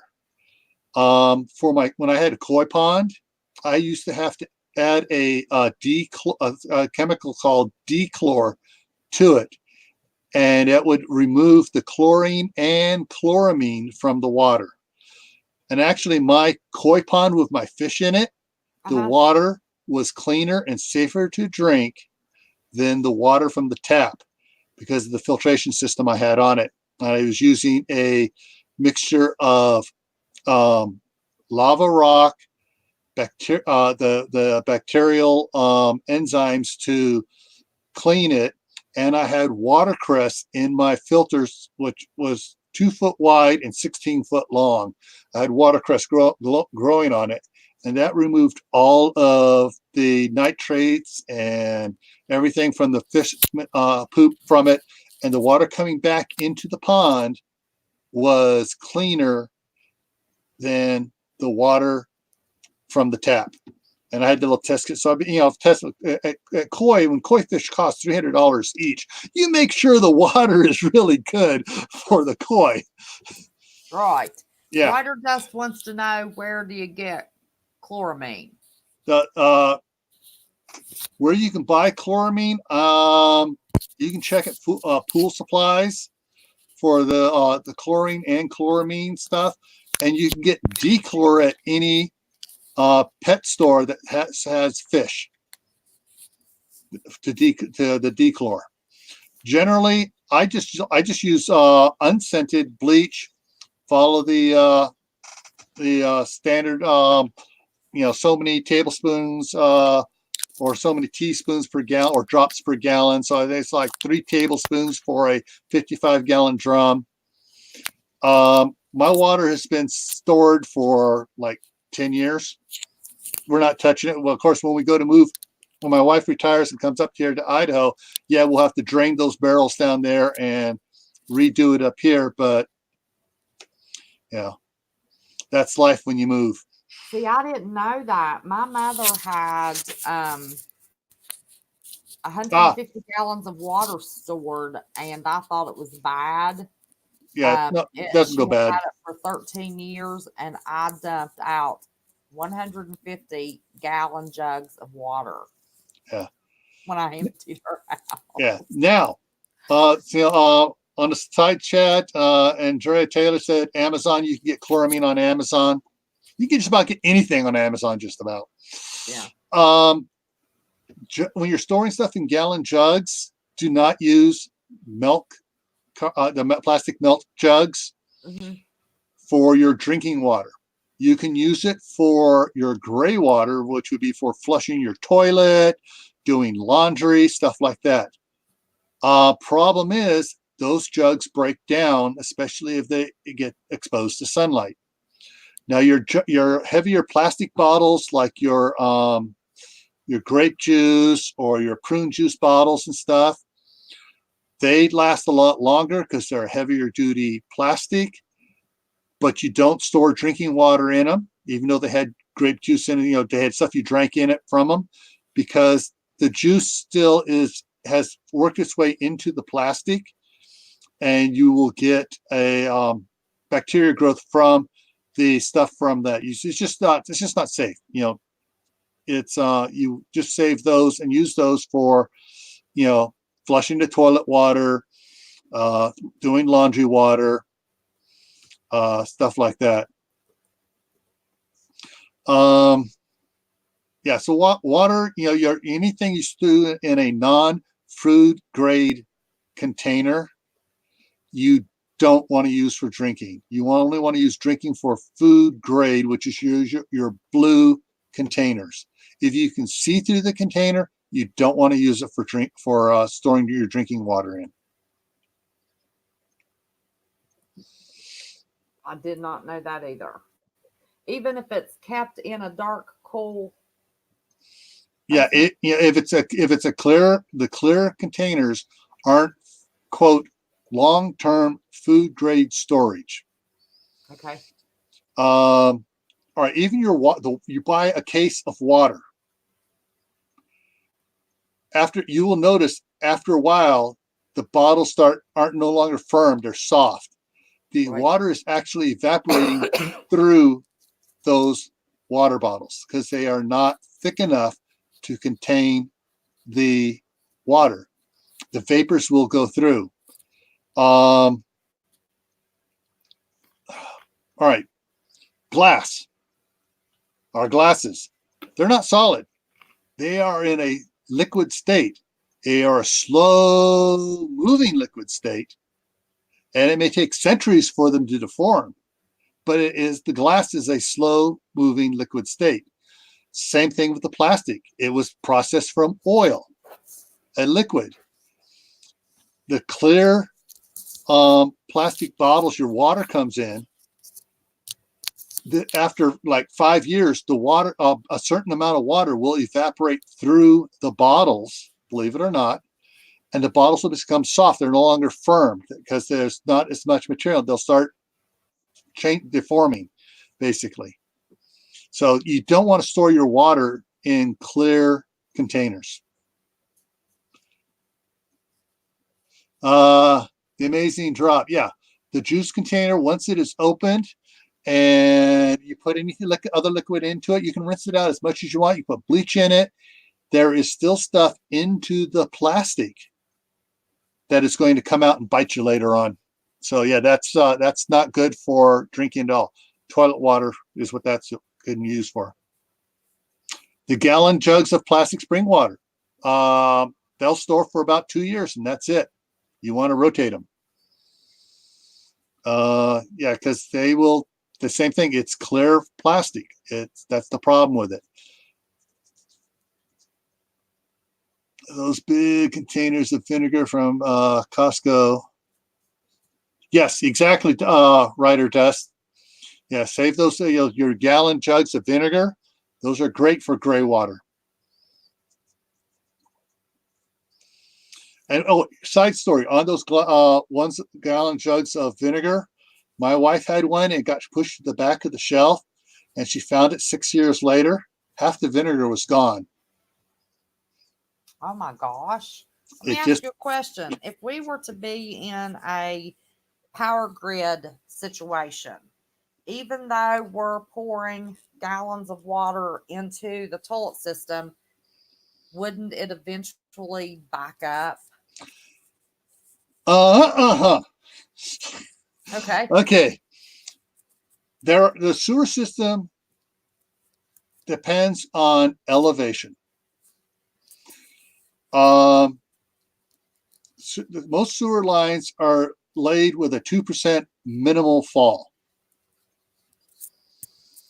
Your house is higher than the manhole out in the street. It should not back up into your house. It may back up out in the street, but still it's on a flow downhill. Now, if the sewer treatment plant is at a lower elevation than you are, it'll go down to the sewer treatment plant and bubble out down there. If you're in a grid down situation, and it's going to be a long time, I would get now from, they have them at Walmart, they had them at several of the sporting goods stores. It's like a little 3 foot by 3 foot pop-up that you're supposed to use as a portable, quote, shower. It says shower house / toilet house, where you go out there and you have a 5-gallon bucket in there. And okay, for sanitation needs, if you can afford to get it, you get one of those composting toilets. You also use in the Boy Scouts, we call a trench line, where you dig a little trench, you use the trench, you bury a little dirt back in. You use the trench, you bury a little dirt back in. Once that trench is done, you go over 4 feet, you dig another trench. And you put this little outhouse thing, portable thing, over the top of it so you have some privacy. And you just, America is one of the few countries that has a taboo against fertilizing with human manure. Most other countries fertilize with human manure. We have our noses stuck up in the air like, oh, we are too good to use human manure. But you do your trench line and you go, and depending how long the grid down is going to be, whether it's, if it gets too bad, there's a whole nother situation you got to worry about. If it's down, like for months at a time, it's going to be, you're going to have, you're worried about looters, rioters, brigands, that sort of thing. Neighbors panicking because all their food has gone bad, their refrigerator's not working, they got no food for their kids. That's a whole nother. That's gone from just a simple short time to it's turned into an HSTF or even a Tawaki situation, and they are different. What's a Tawaki situation? Okay, well, let me start at the beginning. There is a real short-term event that it's just like, it's only going to take a week or two to recover from. Earthquakes, hurricanes. It could take up to a month, maybe, or, depending on how severe it is. Then there is a life-changing event, which is going to can take up upwards of, a year to recover from. 9/11 was a life-changing event for people in those direct areas. Right. Hurricane Katrina was a life-changing event for those that are affected by the area. Now, an HSTF a true HSTF event can take 5 to 10 years to recover from. And generally, when you get to an HSTF, it affects the nation, not just the local area. You can have a local area that takes 5 to 10 years to recover from, but the rest of the country is not affected by it. Puerto Rico, they were in an HST event for them. It did not affect the rest of the country. Right. Now, a Tawaki event, which is the end of the world as we know it, will be at least starting with a decade going out to 2 or 3 decades to recover from, or longer. We were just talking on the Monday night roundtable, all right, about lighting, emergency lighting. Why would we have emergency lighting? Because the grid is down. And one of the things that Reed at Manifestation of Imagination, he's a brilliant electrical engineer. Is he? Yes, he is. So it's a Manifestation of Imaginations. Reed, He's been on the show. Yeah. And He's he been has here some with us. really great videos on it. And I had my own Class A general engineering contractor's license 30 years ago. All right. I have to know electrical work. I knew how to make water treatment plants and all that stuff. Mm-hmm. With talking to Reed, I got to tell Reed, stop, slow down, back up, say it in English. Okay. So tonight we were talking about, and Reed came into in late because he had to work late. Has to work late on Monday nights. He came in and we're talking about things that would cause grid down. Well, there's a number of different things, mass coronal ejecting sending particles causing an EMP, taking the grid out. Terrorism, hacking the power companies' systems, shutting stuff down. Simple other things, someone going out there, an organized group, knocking down the big transmission lines, causing shorts to the system and causing cascade failures in the power grid. You have to understand with the power grid, the big, massive transformers that they haul in the low bed trucks that are big, massive, weighing, close to, 75 tons Mm-hmm. transformers. Those are not made in the United States anymore. Nope. They're made in India or China. I saw that on Green Greg's. He said it takes from the time you order one to the time you get it 16 months just to get it here. Oh, longer than that now. There is a 2.5 year backlog. Oh, God. Yeah. So if we have, the grid's down, it's going to be down 2.5 years minimum if they start losing enough of these transformers. And it may just be localized to an area. It may be the Northeast. It may be the Southwest.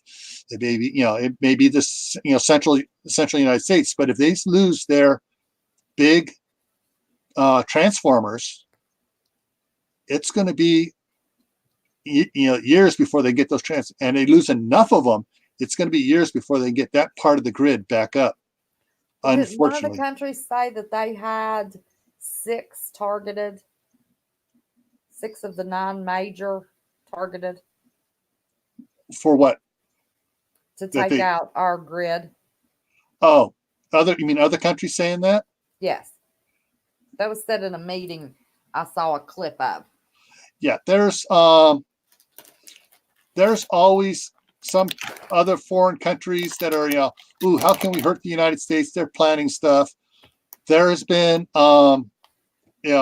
exercises conducted by Homeland Security, conducted by the FBI, conducted by the Department of Interior, conducted by the Department of Energy on seeing what's out there in the public realm that anybody has access to, and taking that information, how would we attack our own grid?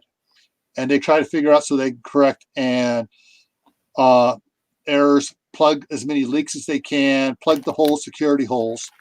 And that goes on every couple of years. They do that. Aren't we The in pretty bad shape though with that? all right, our grid is in pretty bad shape because of trying to say it so I don't get you in trouble. Certain people who are supposed to be our representatives lining their pockets instead of taking care of business over the past 60 years. There you go. All right. A And so, rainstorm will take out power. A snowstorm will take out the power. exactly. They Oh, won't even keep the trees cut off the power lines. yeah. California with those wildfires. They have found that, oh, wait a minute, this wildfire was not PG&E's fault. The lines came down because of the fire, not the other way around. And so, but there are some times where some of the trees they found, the trees got hit on the lines, and that did cause one of the fires. They found one of the other areas where they thought, oh, this was the power lines down, so that caused the fire. No, they found out that the fire started when the power line was still operational, and it brought the line down afterwards. So the line coming down did not cause the fire. So our grid is in such a state that they have, oh, we're good. We don't need to spend the money on that. I need a pay raise for doing a good job and not spending money we didn't need to spend right now. So there is the commercial people, and then there is the elected officials who have been saying, changing requirements, and stuff's been being pushed back because they're being bought off by these other people who are pocketing money because, ooh, we didn't have to spend this money here, but we spent a small portion to buy off this elected officials to change the regulations so we don't have to upgrade our system. So, But it's in a mess. Yeah, the whole country is in a bad state. Remember back when we were kids, the big Northeastern power outage? It was back in the 60s, late 60s. I don't remember. Basically, it was a relay switch went, and then they had a cascade failure, tripping other switches, and everything went, and they lost around the New York and Northeast area was out of power. I'm not sure, how long it was. If anybody's out there can remind me, I'm having a brain fart here, old age. But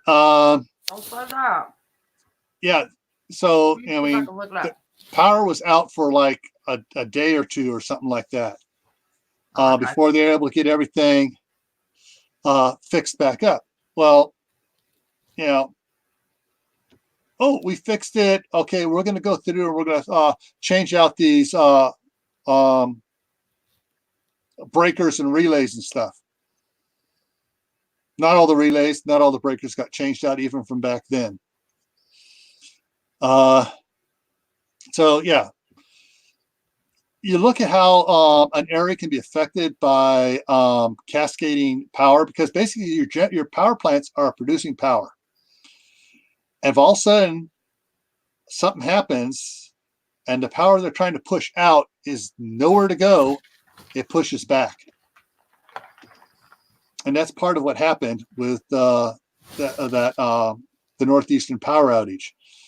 And so they had a lot of equipment that was damaged. The damaged equipment they replaced, the non-damaged equipment, they were supposed to have it replaced on an ongoing basis. Some of it has been replaced. Most of it has been replaced. Some of it still has not been replaced. So, Yeah. Hey, That's the- speaking of it, there's Reed. There he is. There he Hello, is. how are you doing, honey? He was just talking about you. Yeah, you lose me half the time once you get into the heavy duty stuff, and I gotta rewatch your videos, so I can get caught up. So yeah, we can, if we lose the grid, it could be possible, for one area to be severely hit and lose the transformers, lose all the stuff, equipment, and the rest of the country is operating fine. But that's area, because it's going to take years to get those transformers replaced. I found that information, Gil. Okay. 1965, the supply of electricity went out Tuesday, November the 9th, affecting parts of Ontario and Canada, Connecticut, Massachusetts, New Hampshire, New Jersey, New York, Rhode Island, Pennsylvania, Vermont. Over 30 million people and 80,000 square miles were left without electricity for 13 hours. 13 hours. Yeah. Oh, and by the way, 9 months later, there was a Mhm. massive surge in births. A massive surge where? In births. New babies. Oh, yeah. 9 months later. Yeah. Now, all right, just as a sidetrack on that. So we have a massive power problem, another outage. People don't realize how big of a problem it is. 9 months later, there's going to be a whole bunch more babies into a world that is now in trouble. Number one, there's not enough midwives. Mm-hmm. And if, say, like it happened again up there in the same area as in 65, and they lose those. Yes, Reed, we were talking basically about this stuff. We've diverted onto this. If we lose those transformers and generators, and what it's going to take 2.5 years to get that section of the grid back up, yeah, it's going to be a problem. Yeah, the first things they're going to be getting power back to are going to try to be the hospitals, and then certain industrial complexes that produce needed materials for our daily lives. Some of the last places that are going to probably get power are going to be the rural areas and the residential areas. Glory White cardboard boxes. I have had bottles and cans of soda pop in the trunk of my car, dead winter, 4 weeks, in cardboard boxes, and they did not freeze. Lucky. Cardboard is, if you get the cardboard that has the ripples in the middle, 2 pieces of cardboard put together with the ripples in the middle. That's why the homeless use cardboard for blankets. Great insulator. Yeah. And they also just wad up newspaper and stuff it in. But it only insulates for so long. Now, if you're driving your car is heating up a little bit each time too. You use it and stuff. So. Oh, okay. Yeah. The So only reason I did that is I was buying in preparation for the holidays. Yeah. And I had so much, I just left it in the trunk of my car and we brought it in for each event. Yeah. It's good and cold. Yeah. Sometimes, because you're driving your car around, the temperature in the car is heating up, so the temperature in the trunk isn't staying below freezing. Now, soda cans sometimes won't burst, even if you put them in the freezer. Other times they will burst. I would say you probably have 2 out of 3 won't burst if you put them in your freezer. MOI said he had some to burst. Yeah. So, yeah, you just got to... what'd you say, Reed? Level to 5,000 feet. Oh, Lord. Yeah. Yeah. And that's why they bottle and can stuff at, in different locations of the United States, because if you're down at sea level, and you go up over Donner Pass, which is 7,600 feet. Yeah, you can have stuff break. We've actually had driving from California to Idaho. We've had stuff break. We've had bags of chips pop because they were processed at sea level, and we went up over there. And Ryder just has a question for you. yes, how would you like to interview?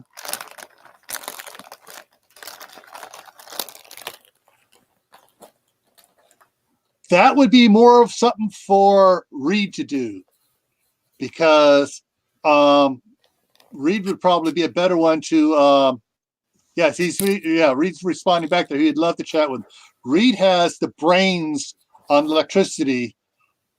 Reed knows 10 times what I know when it comes to this stuff, as far as the electrical grid and the EMPs and stuff like that.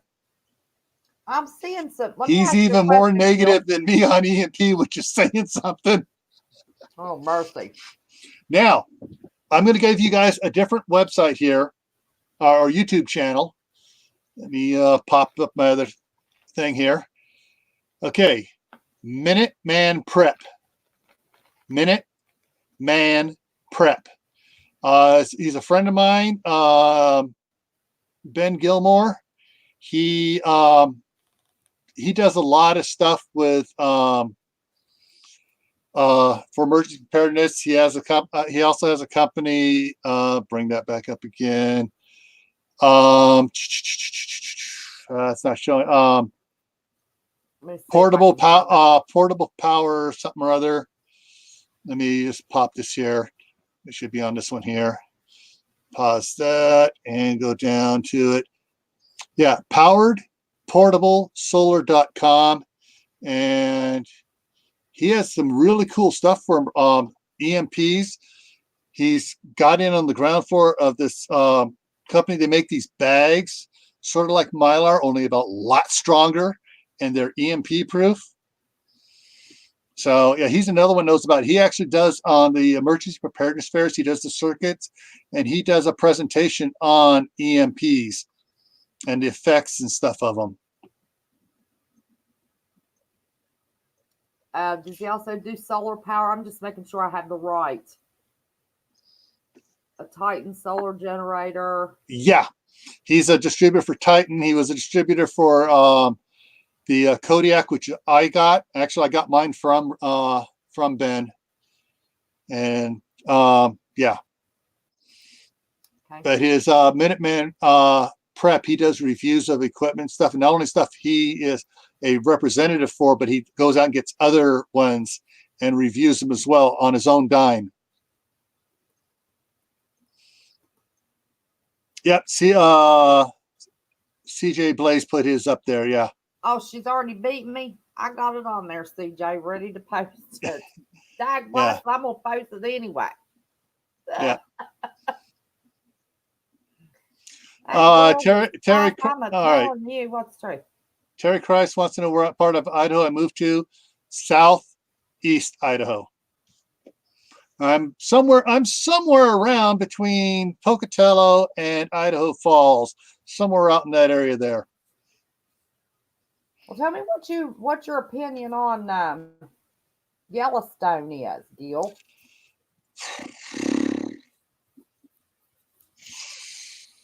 Okay. Let me tell you why I'm asking, because I've heard they're drilling and gonna pump cold water into that lava. That just seems like a nightmare mess to me. So now go on. Okay. In general, quick history. About 10 years ago, my wife and I came to the conclusion that we needed to retire outside of California. My pet name for these people are the Democrats. Okay. And we fit, the way California is getting screwed up, we want to protect our assets, our all of our retirement funds and stuff. And California was not a place we wanted to retire to. Not the way they were changing some of the inheritance laws and the changing the taxation on, even more so than the federal government did, on 401ks and other retirement accounts. So we looked at we were looking at different states all around. I've been probably to 38 of the 50 states, over my years and stuff. I've, I lived back east for a little bit, for a couple of years in West Virginia. Buchanan, West Virginia. I was there for 6 months. Really? Yep. How about that? I love Buchanan. That's a nice little quaint town. I liked it too. It's out in the middle of nowhere, kinda, but it's a nice little quaint town. Yeah. I've been in Weston, been up into Pittsburgh, Mount Pleasant area, and I've been down in Florida. Everything has its positives and its negatives. Weighing the positives against the negatives, I wanted to come to Idaho. I found out my grandmother was born up, and I realized after I said, wait a minute, my grandmother was born up by Coeur d'Alene. And all these memories of when I was a little kid of the stories that she and some of her brothers and sisters, she had 14 brothers and sisters. I knew a bunch of them had told me when I was little, all the stories growing up in the ranch up there. I wanted to come to Idaho. I wanted to go over by Boise, up a little county called Adams County up there. That's where I wanted to go to. But my daughter was going to the college here in Rexburg, and she wanted to settle in this area. My wife said, we are going to be near the grandbabies, so it's going to be Eastern Idaho. That said, I wanted to go Western Idaho because of Yellowstone. Okay. Now, I've been going over with Corsair Trainers. He did a little tabletop exercise, 5 or 6 part tabletop exercise on a Yellowstone eruption. Now, he got hold of a map which showed the non-atypical pattern of dispersal for Yellowstone. Where I'm at, I would say 90%, at least 85% of the time, the wind is blowing north by northeast. Mm-hmm. It's blowing from me towards Yellowstone. Right. So if there was an eruption during the 85% of the time, that ash is being blown away from me. Now, if it's a huge, full caldera explosion, I don't have to worry about the ash. I got to worry about rocks coming down on me. Right. Yeah, because it would blow out rocks out, 75 miles in all directions. We're projected to have 3 to 10 inches of ash here in West Virginia. What was that? West Virginia, one of the maps that I saw, like you're talking about, we're projected to have, it used to be 1 to 3 inches, and they have raised it now to 3 to 10 inches of ash. Of ash? Mm-hmm. All right. I'll come back to that in just a second here. Okay. So basically, that's if it's a full-blown maximum big bore, the 650,000 year eruption cycle. If it's just a half that, if it's not a full-blown, if it's more like a Mount St. Helens times 10 eruption, I'm fine. The rocks aren't going to be landing near me. If it's a ribbon eruption, which is a long crack, across and it just starts oozing out and fills up the caldera, most of the country's fine because that's not blowing out a lot of crap into the air. Pardon my French. Right. It's just oozing out like it did in Russia on the basalt flows in Russia years ago when the dinosaurs went extinct. Now, everyone points to Yellowstone as the big problem for a super caldera in the United States. It's actually number 2. Really? The bigger one than Yellowstone is at the north end of Death Valley. It is called the Long Valley Caldera. The ash dispersal from it when it last blew big time was bigger than the last Yellowstone eruption.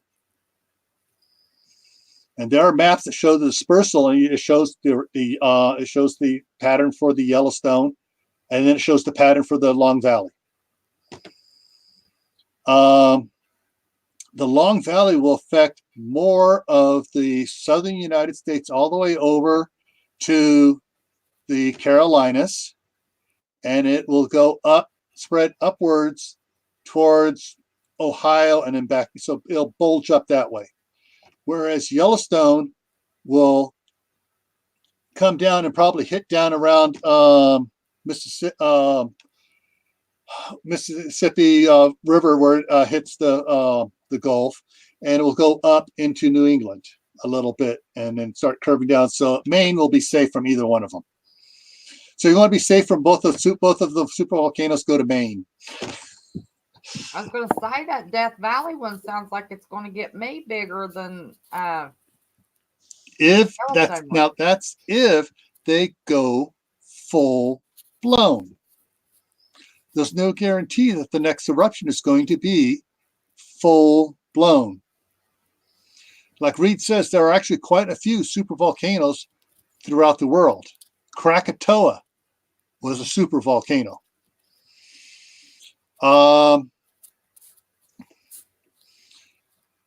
The more likely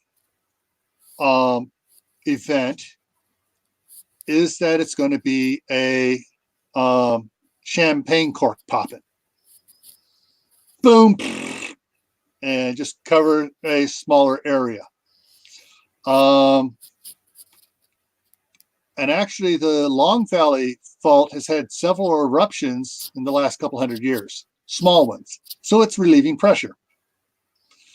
Relieving pressure, that's good. Yes. I would like to see a Hawaii-style volcanic eruption in Yellowstone. Bubble, bubble, bubble, bubble, bubble, bubble, builds up, flood, Yeah, relieve all the pressure. Well, like Mount Rainier, everybody's concerned right now because they're having an uptick in earthquakes. As long as they're and it's fizzing up a little bit. Well, as long as that's happening, it's not going to erupt, right? Wrong. The earthquakes are caused by, this is the floor of Yellowstone. It's bulging. One of the lakes has displaced itself because of the bulge. That means the magma is building up under it. That's what's causing the earthquakes, is the crust, it's stretching. So they get it as it moves. As it moves, if it's a slow build and it cracks enough, you're going to get a slow eruption. Something else to be concerned about, and this is for the people on the West Coast, from Crescent City up into Canada, almost up to Alaska, is the Cascadia subduction zone. So we are familiar with that mess. Yeah, so basically on that, you have the Pacific plate going like this under the continental plate. And get my fingers there right. And so basically it goes snap, snap. It's slipping. And it goes in place. And it's overdue. Yeah. Well, now if that one goes full tilt, like everyone says Yellowstone's going to do, That means you're going to have a rupture from Crescent City all the way up along where the entire thing goes. And not only does it just pop, but it pops open. And now you have all this lava coming out into the ocean. Well, the U.S. naval map projects that the new coastline will be Idaho if Wrong. Cascadia pops off. Wrong. That's not right. Wrong. Everyone thinks California's going to fall off. Here's the thing. You have the two plates. This is the No, it's not going to fall off. It's just going to be underwater. no. No. Okay. No. All right. Okay. Here, remember, the oceanic plate is going under, and this goes up. So the continental plate is actually rising, Okay. not going down. The Pacific plate's going underneath. You know, it's not going to drag it down in. But the slow drag is what pops back up again when it catches and releases. Then the following from the Cascadia south, you have the San Andreas. Right. And the San Andreas, the continental United States, and the Pacific plate are moving this way and this way. So the Pacific plate is moving up and trying to go alongside and push towards it. And so basically it's buckling up a little bit. In the California Central Valley where the San Andreas has slipped, and you down by the Pinnacles, where you can see formations have moved miles over the centuries. It's actually the west side of the fault is actually higher than the east side of the fault. So there, it's building up, not going down. If Cascadia goes, even if the Pacific plate were to drop significantly, and the continental plate were to drop on it, it's only going to come inland like that, maybe 100 miles. Now that's something I do study, because I've won so many bets with my buddies down in Roanoke Park at the USGS on earthquakes. They one of the guys refuses to take my phone calls. He passes me off to somebody else. Oh my gosh. They don't know how. I just have a knack of picking stuff out. What about the tidal wave that could possibly Tsunami, yes. Okay. So parts of the subduction zone fault are out in the water. So say the water line is here and it goes like that. Uh-huh. Yeah, there's going to be a massive tsunami heading west across the Pacific. Towards Japan. Then it's going to have a returning tsunami back in to replace all that water that rushed out, that was forced out. Now it's all going to come back in. So yeah, you'll have along the coastline, you'll have a returning tsunami coming in, which is going to cause problems. How much goes out and comes in depends on the movement of the fault.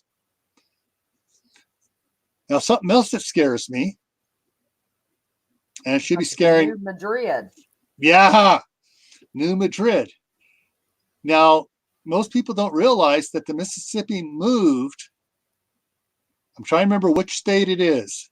The southwest corner of a state was on the east side of the Mississippi until it moved, and now a small little piece of it is on the west side of the Mississippi. I can't remember. Not good. Yeah, I mean, it's basically it's all flat land there, and so it's all kind of flat land. So the Mississippi moved from one portion over to another portion because the water. I mean, the land just went like this a little bit. So it went from this to this. So instead of flowing here, it flows over here now. But everybody knows what happened when hopefully everybody knows. If you don't, look it up. When New Madrid happened, it rang church bells in Boston and broke windows in South Carolina. Oh my Lord, y'all. Now here's the problem. California has all these fault lines. You have San Andreas. We get here. San Andreas coming in. You got the Green Valley. You got the Calaveras. When you have an earthquake here, that energy forces this way, hits this fault line and disperses. Hits this fault line, disperses. Hit this fault line, disperses. That's why the Loma Prieta earthquake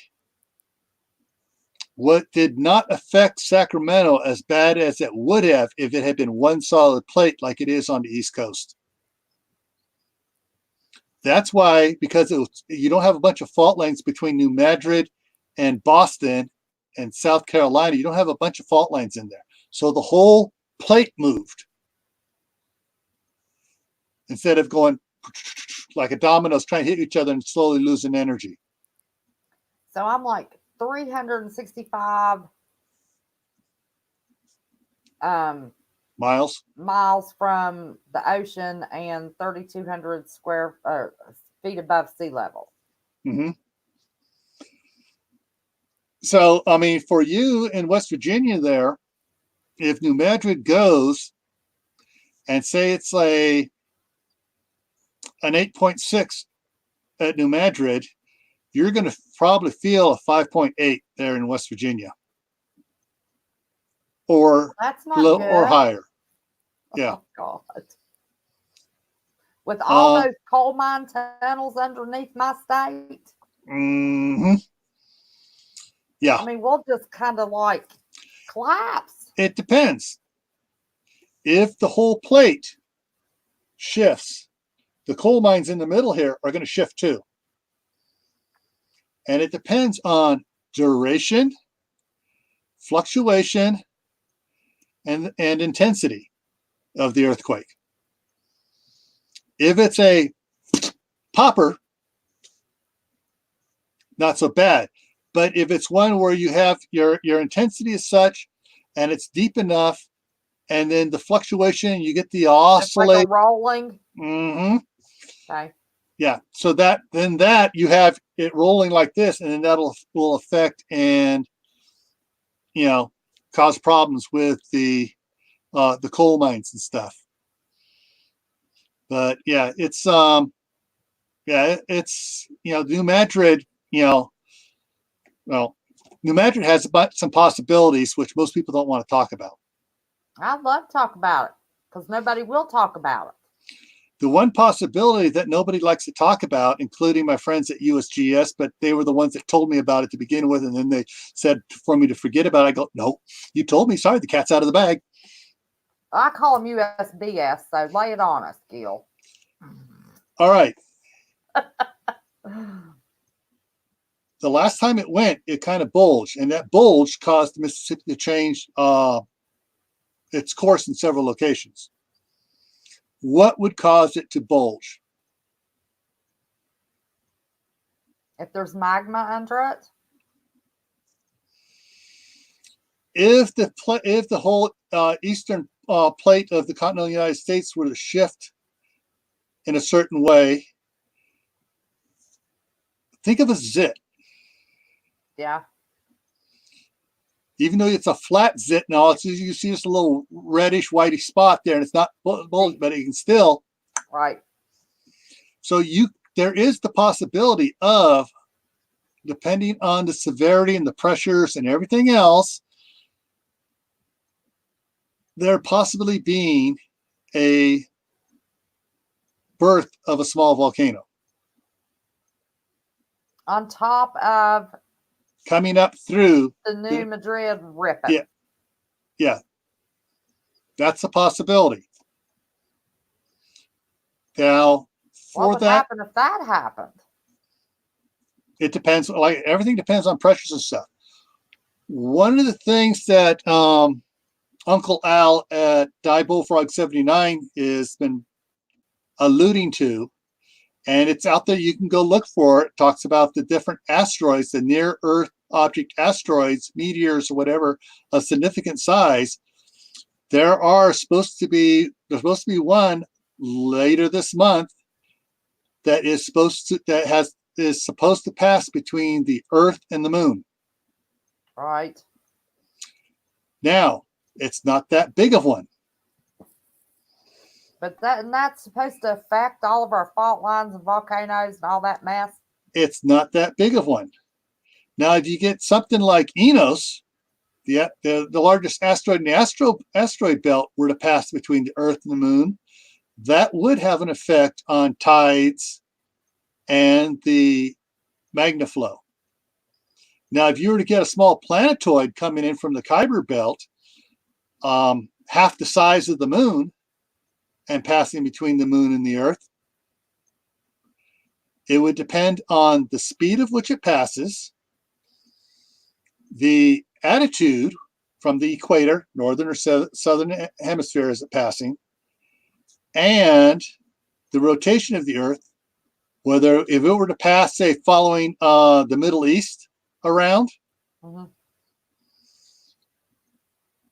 if it were on that side, the Moon were on that side of the Earth, and it were to follow in rotation with the Earth, they would get significant increase in tides and increase in volcanic activity. Our side would get an increase of earthquakes because of the lack of magma under our continental plate. Now, it was the other way around, and we were over there, we'd get the bulge, and we could see Yellowstone erupt. We could see Mount Rainier, Mount Shasta, all the volcanoes in California erupting. We could see the Long Valley Fault erupt. We could see massive earthquakes on New Madrid, and we could possibly see a small volcano erupt there. Odds of that are you're just full of all kinds of good news, Gil. odds of that happening, not in our lifetime. Not in our lifetime. I believe we're going to see Jesus come back before that happens. Like I say, it all depends on the number of factors just go and go and go, because you have the size of the asteroid or the planetoid, the make of it, the gravitational pull of it, how it affects the Moon, how it affects the Earth, how close is it to the Earth, Moon, Earth, where is it in between here? Is it closer to the Moon? Is it closer to the Earth? All those factors come into play, and every 100 miles distance changes the gravitational pull. So you don't think that, because supposedly USGS is flying helicopters every day now over the Cascadia. They're watching for it to get ready to pop. What do you think about a ripple effect that if Cascadia pops, then it'll pop off some of our volcanoes, which would pop off the New Madrid? And it would, Cascadia would not affect New Madrid. Even if the Cascadia, if it's a significant one on the Cascadia and it pops out, as it pops out, there's a void here, and it's going to be pulling material from under Rainier, Mount St. Helens, Mount Shasta, and that. So no, I don't see it causing those to erupt.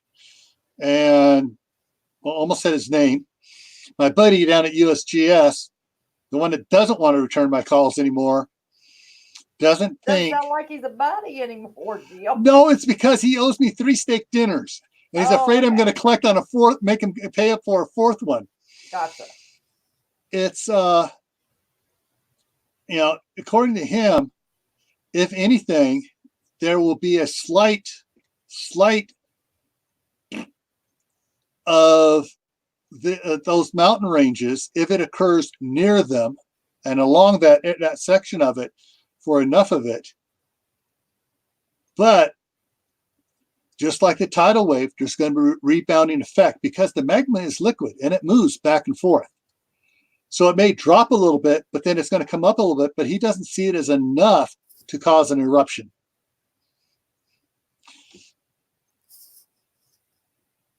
Oh, Aha, there is Adolphus.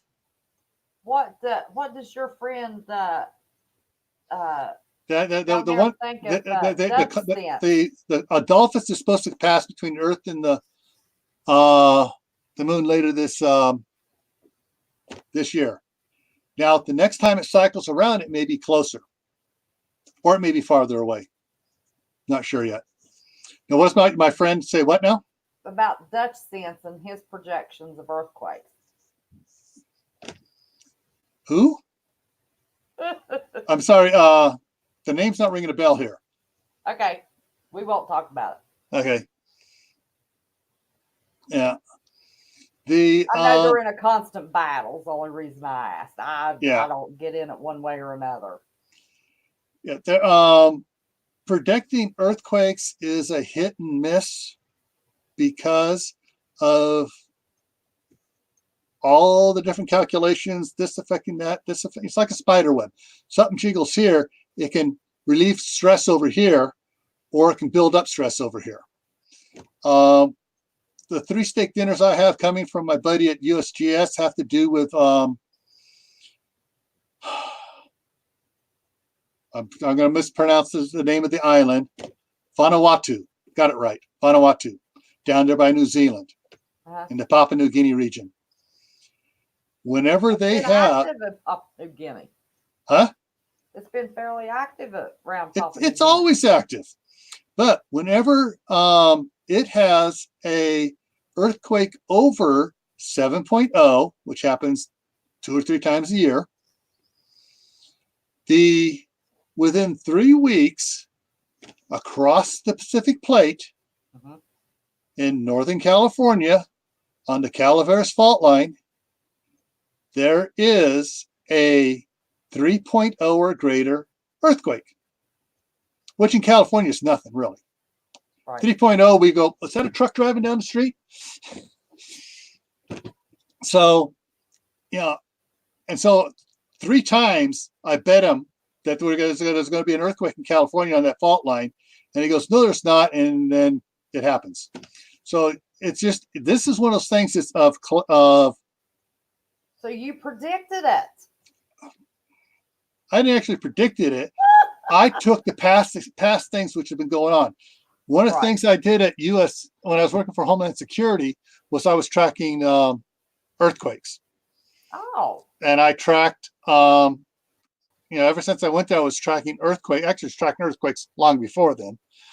But I noticed a correlation between Vanuatu area, a region, and the Calaveras Fault Line. Okay. So, I mean, that's all it is. It's just it's an effect, but there is a correlation. There's a correlation whether it is a truly a cause effect of a shock wave from there traveling underneath the plate to across 180 degrees across the Pacific Plate to Northern California. Don't know for sure. All I know is I have a chance to win a steak dinner every time there's a 7.0 earthquake in Vanuatu. Hey, one of these days you're going to have to collect on them. I got a question. I don't know if you can answer it or not, but it won't hurt to ask. I've asked everybody else. Is there a reason that we can fly east to west or west to east around the world, but nobody has ever flown north to south all the way around or south to north all the way around? Did I make it can be done, but it's difficult because of the magnetic field. They get lost. You start going over the North Pole, and the magnetic field is not under the North Pole. Right. It's slightly off. And so the true north, is that what you're talking about? Yeah. And so true north and the magnetic north, if you're trying to fly over the pole, your instruments are going to throw off. Now, I am sure that there have been military flights with all the computers and stuff and that have done it, but they just don't broadcast it out. But whether they've gone all the way around the world, I really don't know. But you figure the amount of time it's going to take to fly and the rotation of the Earth, if you're flying with or against the rotation of the Earth, there's not really much effect on you other than it's going to be a shorter or longer trip. Now you're going this way over and it's rotating. See how it changes? Your path, that you have to correct your path to go over it. Has anybody ever flown? All right. over Reed says there have been a few successful flights that have done it. I would think they have done it. I've never heard about it, so that's why I was. There was a guy who got stranded in the Antarctic about 10 years doing that and got in trouble. Yeah. Well, how could he make it for 10 years? Well, I'm not sure if it was 10 years ago, Reed, or he got stranded down there in a spot and was stuck at one of those research stations or something. But yeah, I mean, there's, both poles are going to affect your compass and all your instrumentation because the gravitational field effects in those areas is way different. That's why we get the northern lights and everything just is really okay. It happened about 10 years ago. Is when he got screwed up and down there. So yeah. Well, what about the pole shift? Isn't it like 500 feet every so often? It's moving towards Siberia or something. Is there truth to the fact that the planes and ships and everything have had to readjust their compasses? I believe there have been problems because there have been problems with aircrafts using GPS having problems and having to readjust stuff, recalibrate.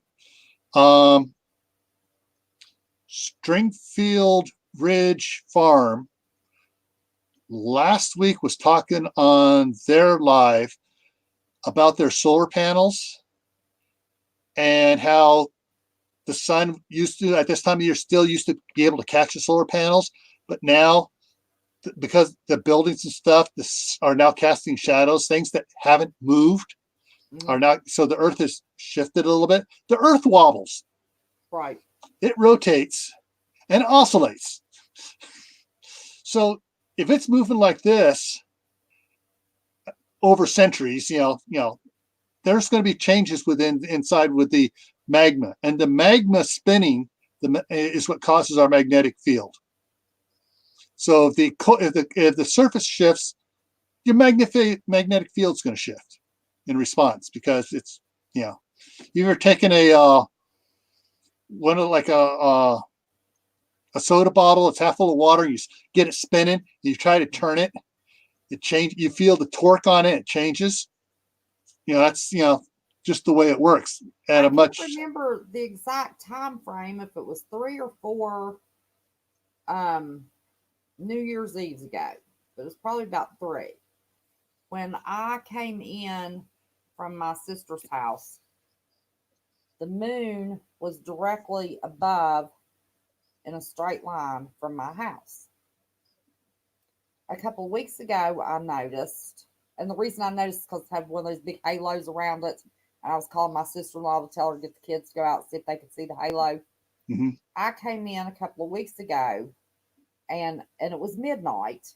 Might be Christmas Eve, not New Year's Eve. It was Christmas Eve, and it was midnight that night, just a couple of weeks ago, and that moon was slightly over my right shoulder.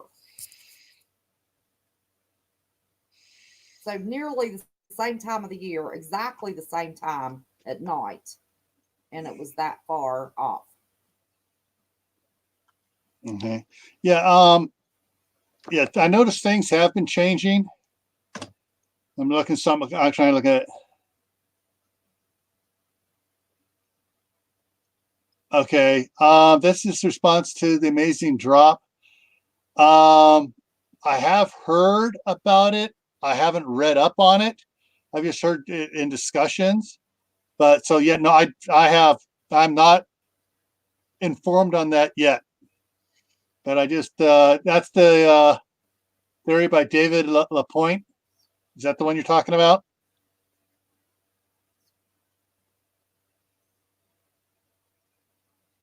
Oh, okay. Manifestation. I'll look that up. Pan Am Flight 50 has gone from pole to pole. Yeah, but I mean past the pole and around. I mean all the way around.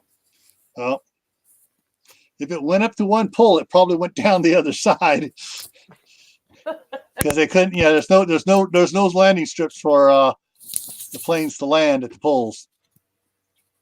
Well, South Pole there, even it's too rough surface. They don't do that.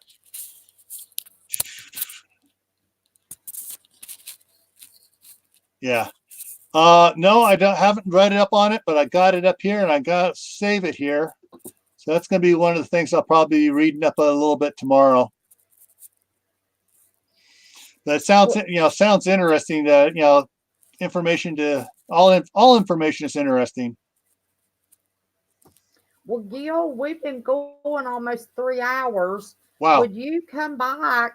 Well, you haven't. You got here a little bit late. I've been going almost 3 hours. Would you come back and talk some more about this stuff? Sure. I mean, we've maintained 60 people in here tonight. They're obviously very interested in what you have to say. And I know I am. I've learned a lot. Yeah. It's there's so much stuff, about our world. I mean, one of my favorite shows I used to watch was called Connections. Mhm.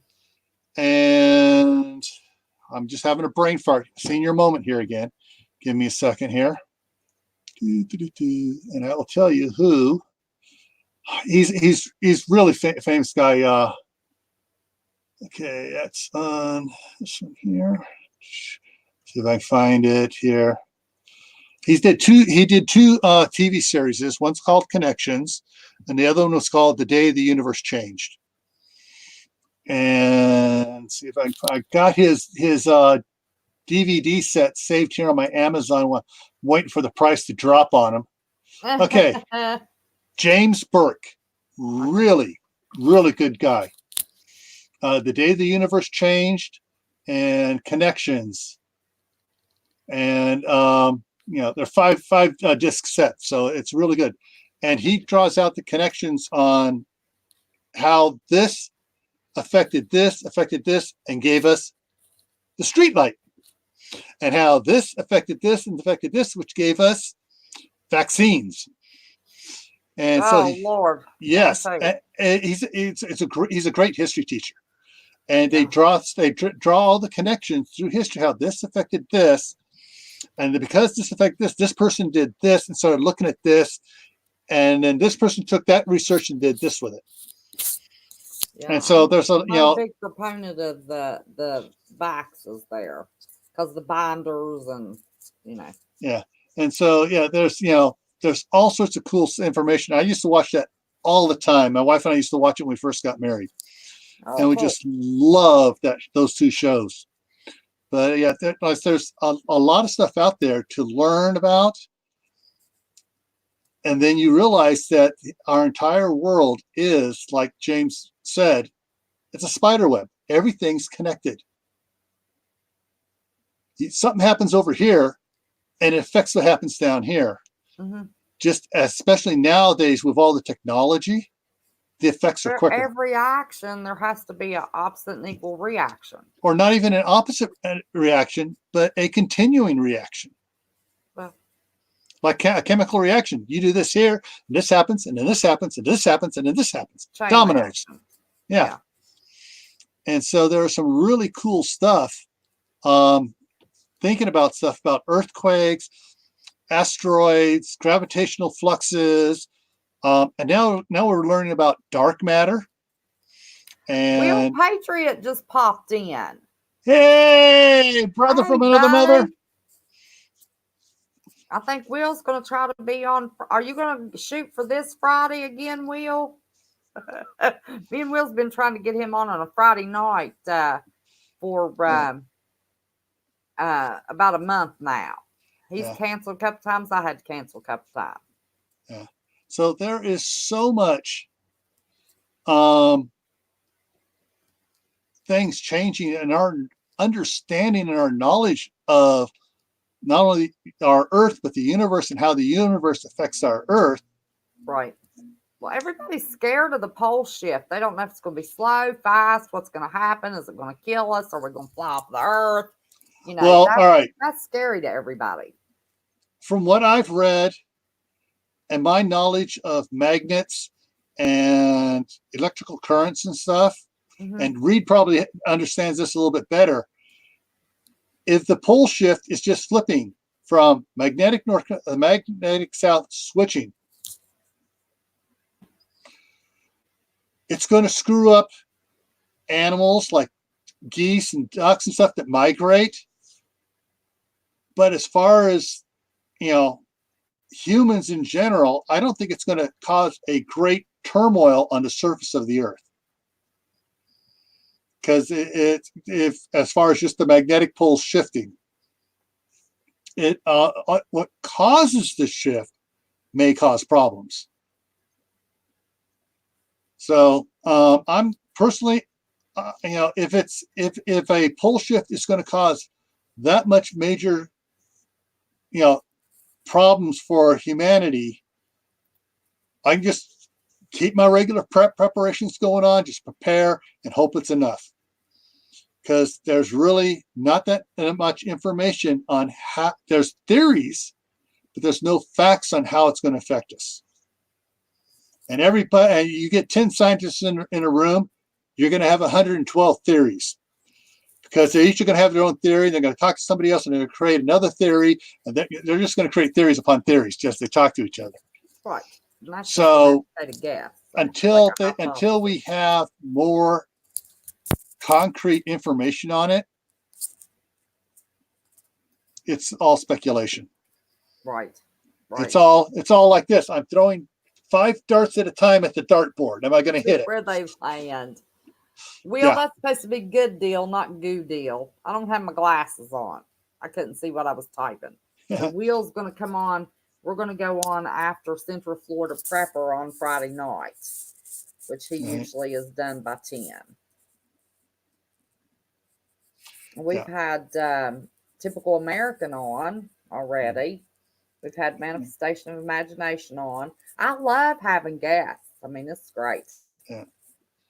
Well, can I do a shout out for something? Yes, absolutely. Okay, right now I have a 1,000 subscriber giveaway. I'm trying to get to 1,000. Actually, I was trying to get there before the 10th, but you know. How many do you have? I'm just about 600. Okay. I'm roaming on 600, okay. Which is, anyways, my giveaway, I got 10 winners set up for it. Oh, cool. And then there's an 11th winner for a grand prize winner. And if you look up, there's 63 of you. Everybody couldn't be subscribed to him because he's new to our family. So let me see how many we can get. There's a video called Our 1,000 Subscriber Giveaway Contest. It has all the rules in it and stuff. But basically, if you subscribe to my channel, and if you come from here, if you come from this chat here, when you subscribe, you say, WV Prepared Mind sent me. And you watch the 3 videos, which is the Our 1,000 subscriber giveaway contest, future preparedness videos or something like that. I can't remember what it's called right now. It's all listed in there. And then the one about our the Camp Patton Family Compound intro video. Leave a comment in all 3 saying that WV Prepared Mind sent me. She gets a point for everybody that does that. Now, if you in turn put out a shout out video, once you put out a shout out video, you're entered into the grand prize. Whoever does a shout out video is entered into the grand prize. everybody that joins from your shout out video, you get a point for it. Whoever has the most points gets, it's a point system for the prizes. Now, the grand prize is a 20th anniversary Gerber Mark II anniversary knife of the combat knife developed in 1968 for the over in Vietnam. It's in its original box, in its original wrapping, has never been opened. It's number 920 of the series that was produced. And I have no idea exactly what it's worth, but the 35th one, which is worth less, opened one is worth $450. I found several places for that. So this is probably worth $500-600. Oh my goodness. That's the grand prize. And I got one of the prizes I got is right here. For the first place winner, there's about 8 prizes on the first place winner. One of those prizes is this reflex gun sight. Oh, cool. And so I got Camelback water bottles. I've got a couple spotting scopes. I got a bunch of regular knives with ferro rods.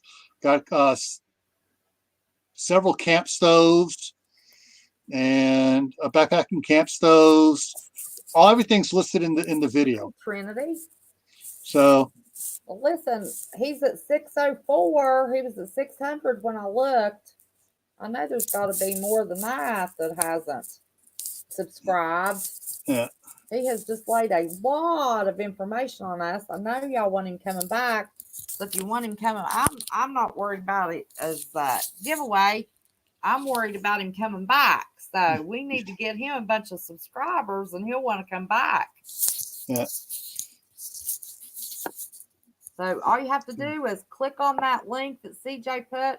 It minimizes us. It pops you to his channel. Yep. You subscribe, ring the bell, and then at the bottom of your phone, it just click on us again, and then we're your full phone again if you're on a phone. Yeah, the 3 videos is one is the our 1,000 subscriber giveaway contest. The other one is coming attractions for preparedness videos, and the other one is the actually I put that up as there, so I pulled the other one down from that. So yeah, for you go to the channel, it should be the first video that shows there is the 1,000 subscriber giveaway, and the other one here is new welcome to the Camp Patton family compound with COPA statement. Oh, okay. So, do you have that but listed on your site somewhere? Yeah. So if you're a new visitor to the site, you should see the video that the intro video there says our 1,000 subscriber giveaway, and in the explanation there lists the videos there. Actually, I even added the grand prize video there as well. Okay, that's So let me show you here. 1, 2, 3, 4, 5, 6, 7. That's the 8th video down right now. Yeah. So yeah, but if you it says this one, if you're looking for new visitors, you should see this one right here, and then it has the links for all the videos there. Were you in an even 600 here, or No. were you right at 600? No, I was under 600. I was at let's see what I'm at here now. Let me hit refresh. You're at 611 right now. Oh, okay. Then I have gone up because I was at 580. Oh, cool. Yeah. 580. So we've got you 30. 31. 31. Yeah. Good deal. Yeah. So, like I say, when I retired from Homeland during the summertime, I put out videos on what I'm doing around the compound here, all the work I'm doing, planting new trees and stuff. During the wintertime, since I'm not working out there in the field, I'm doing emergency preparedness videos. Oh, cool. So yeah, I just did one on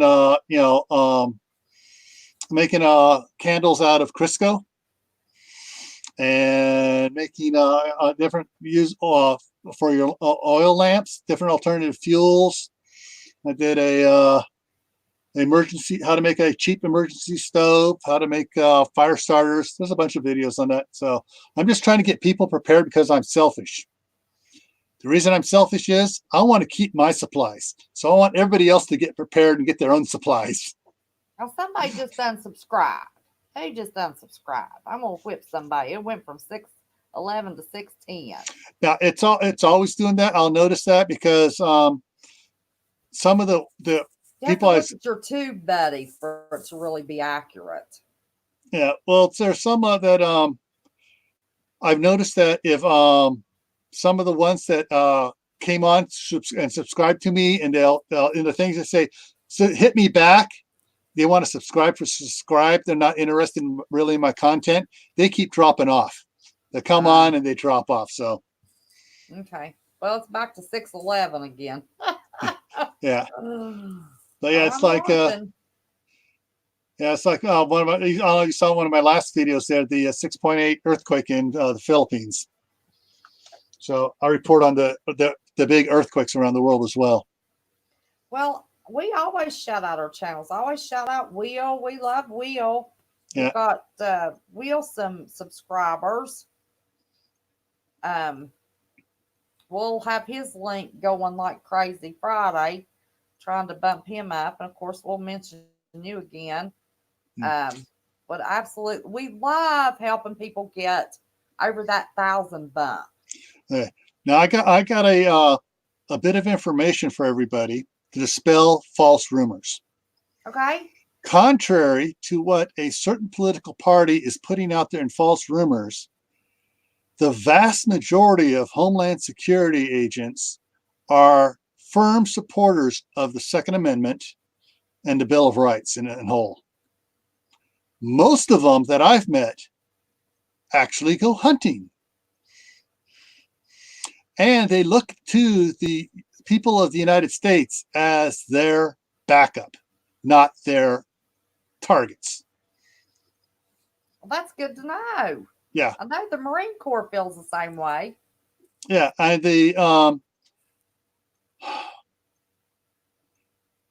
I can't say which small group within a certain political party, although her husband was president at one time, is behind it. But yeah, I didn't say that. I couldn't say that. Can we say Hillary? No. Okay. Though we can say the person that sold uranium one to the Russians. Okay. Yeah. But yeah, anyways, yeah, so there is a lot of misinformation being put out by the far extreme wingnuts. To believe we don't have any help or support. That are putting this community as a whole is scared to death of the group that starts with an F and ends in an A. Oh, the female body inspectors? Yes. Well, problem there is in that organization. Actually, I refer to them as the Bureau of Incompetence. Oh, okay. There you go. Because under a certain party's presidential leadership, too many incompetents were promoted, and they have been drinking a certain person's tainted Kool-Aid. Okay. Now, I can't say her name again, but she did sell uranium one to the Russians. Okay. Yeah, I do not. Actually, all right, I can say this. I was on a team that we were going to arrest her for security violations, and we were ordered not to. This was prior to the elections. Let me tell you what. Now, we're all supposed to have a panel one night about all of these women and get real spicy about them. And we've never been able to work that out either, Will. CFP wants a part of that. Will wants a part of that. Love to have you part of that. Yeah. Reed just put something very interesting up there. Hey, CJ, excuse me a minute, would you put Will Patriot's link up there? He only needs about less than 10 people probably to be over 2,000. We could get him over 2,000 tonight. We still have 55. Please. Yeah. And I'll stop playing with my earbud. Yeah. Reed pointed out one of the problems with the Bureau of Incompetence is that they're hiring people directly out of college who have been brainwashed with the far left wing nut mentality. Those college professors. Let me tell you, I waited till I was 29 to go back to college full time, and no problem, Will. We love you, honey. I'm telling you what's the truth. I could have had a second major in political science. Those daggone liberals down there made me so mad. I told them all off. I had outsmarted one of my professors. And he went through, and I was quoting out of different books about the same topic. Just compensation for the government buying any of our property, like to build a dam or a road or whatever. And my point was it just meaning equal, or was it just meaning just enough? Because I had personal knowledge in this state that they were going to an area, they were going to build a dam, and they told the appraiser, you appraise this as West Virginia mountainside property. And their $50,000-$70,000 homes then were being appraised for $1,000, $2,000, $3,000. So then the representatives went in and said, oh, well, we don't want to rip you off. So, we're going to go ahead and offer you $30,000. And I know for a fact that happened because I know the appraiser that did it. And I saw the appraisals because I typed them. Well, when my daughter was going to the junior college in California, they were filling her brain so full of crap, and she wouldn't believe her mother or I about some of the stuff. She registered as a demon, and it took her the second time she voted to realize, wait a minute, something's wrong here. And then when she spent 1 year up there in Idaho at the university up here, which is a conservative university, she changed her party to Republican. We need 9 more to subscribe to Will. Yeah. Really 10 more to get him to 2001. Yeah. And she changed her opinion of being, oh, we don't need guns. She now has her own 9mm, which she went out and got, and a .22 revolver as well. Listen. And she wants to get a rifle. You guys inspired me. I had a bunch of trolls, and they were saying ugly stuff and trying to guess my address and family member names and threatened to chop my head off. And I come in here and I kind of grazed something by the screen so they could see it. And I said, well, if those guys can get by with it, by golly, I can. Yeah. But now my daddy was an MP in the Army, so I was raised, point blank. You love your country. You have your heart full of patriotism. You respect your flag. You put your hand over your heart when you say the Pledge of Allegiance. There's a certain way that you dispose of a ratty flag, when it's aged. Just like there's certain ways you dispose of a Bible. you know, I was right. You know, he had me at the target practice, you know, when I was 12 years old, 10, 12 years old. And I had to be able to hit the dead center of that bullseye before I had to could quit going every Saturday. So he wanted me to be able to shoot out somebody's eyeballs, what he said. He said, "You'll be my ballerina, but you'll drive, think, and shoot like a man." Yeah.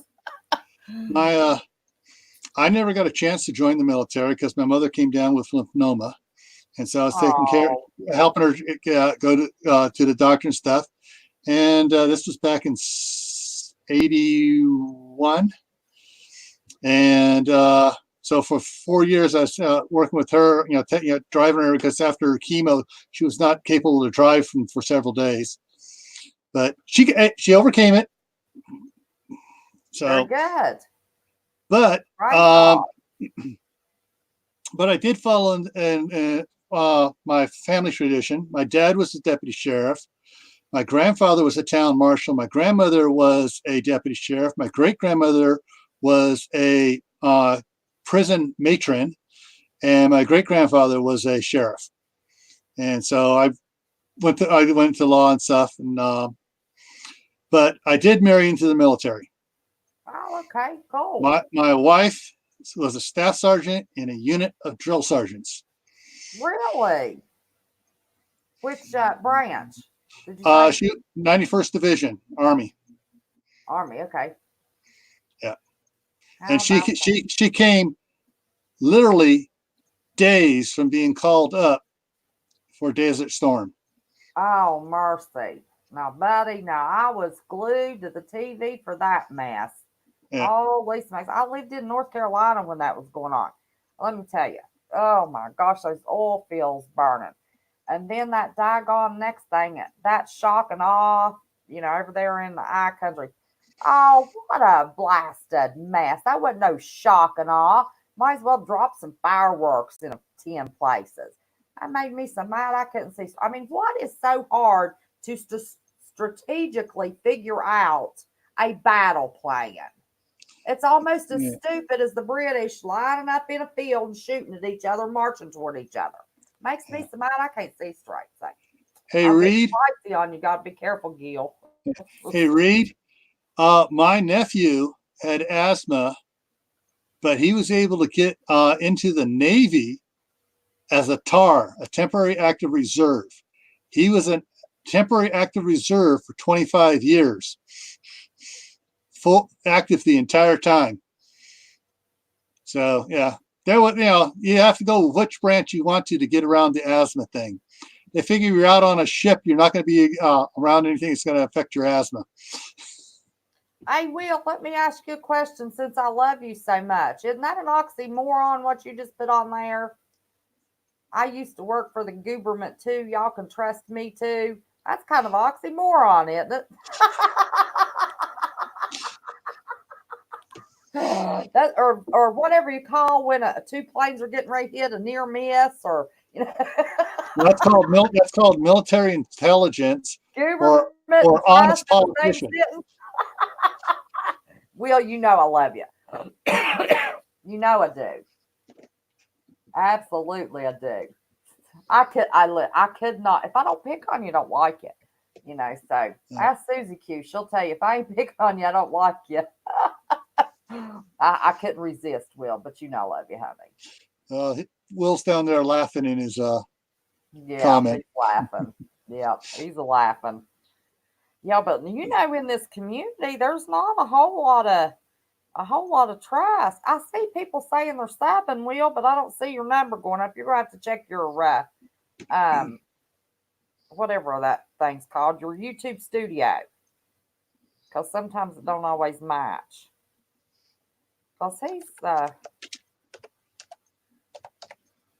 1,900 and am I counting wrong? You didn't need 10. Do you need 100? How many do you need? They changed our numbers. Looking at this page, I can't never keep up with it. Mm. Yeah, they're playing. YouTube's playing games again with Will. I typed in Will Patriot, Mm-hmm. and it brought up the New England Patriots, other Patriots, added channel. And usually it brings them up. It's not bringing them up this time. Go to the next tab. I got him up because I'm subscribed to him. He Yeah. came right up to me. Let's see. I've got to. Oh, wait a minute. Where is all the young single women like West Virginia prepared mind? One question as to on a date. Do you love Jesus? 2, can you check your own oil? 3, do you like kids? 4, do you like critter? I know I'm nuts. No, Overbuilt, that's a good question to ask. Every one of those is good questions to ask. My question is, do you love Jesus? Can you cook a meal? That's what I ask a man. Can you fix the plumbing? What do you know about electrical? And can you dance and sing? Because I like to dance.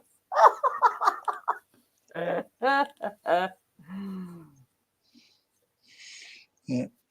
Let me see. I got to find your link. Will you drop his link again one more time? Are my girls still with me?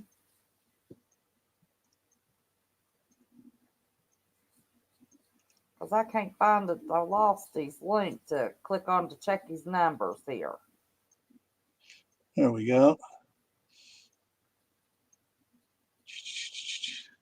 Did you get it dropped? Sure she And did. it There we go. says, No, not wheels.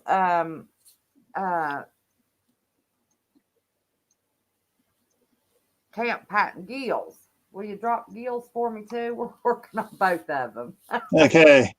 Yeah, I see Wilson on Will's thing here. It says he's at 1.91 thousand. So he's at 1,900 and teen, something teen. Doesn't Okay. take- Okay, so he needed 100. and he needed 80. But I can sing. Yeah. Drops. That means you can do electrical and plumbing, and well, I know you can cook. I've watched your videos. Oh, Lord, drops a mess. I'm telling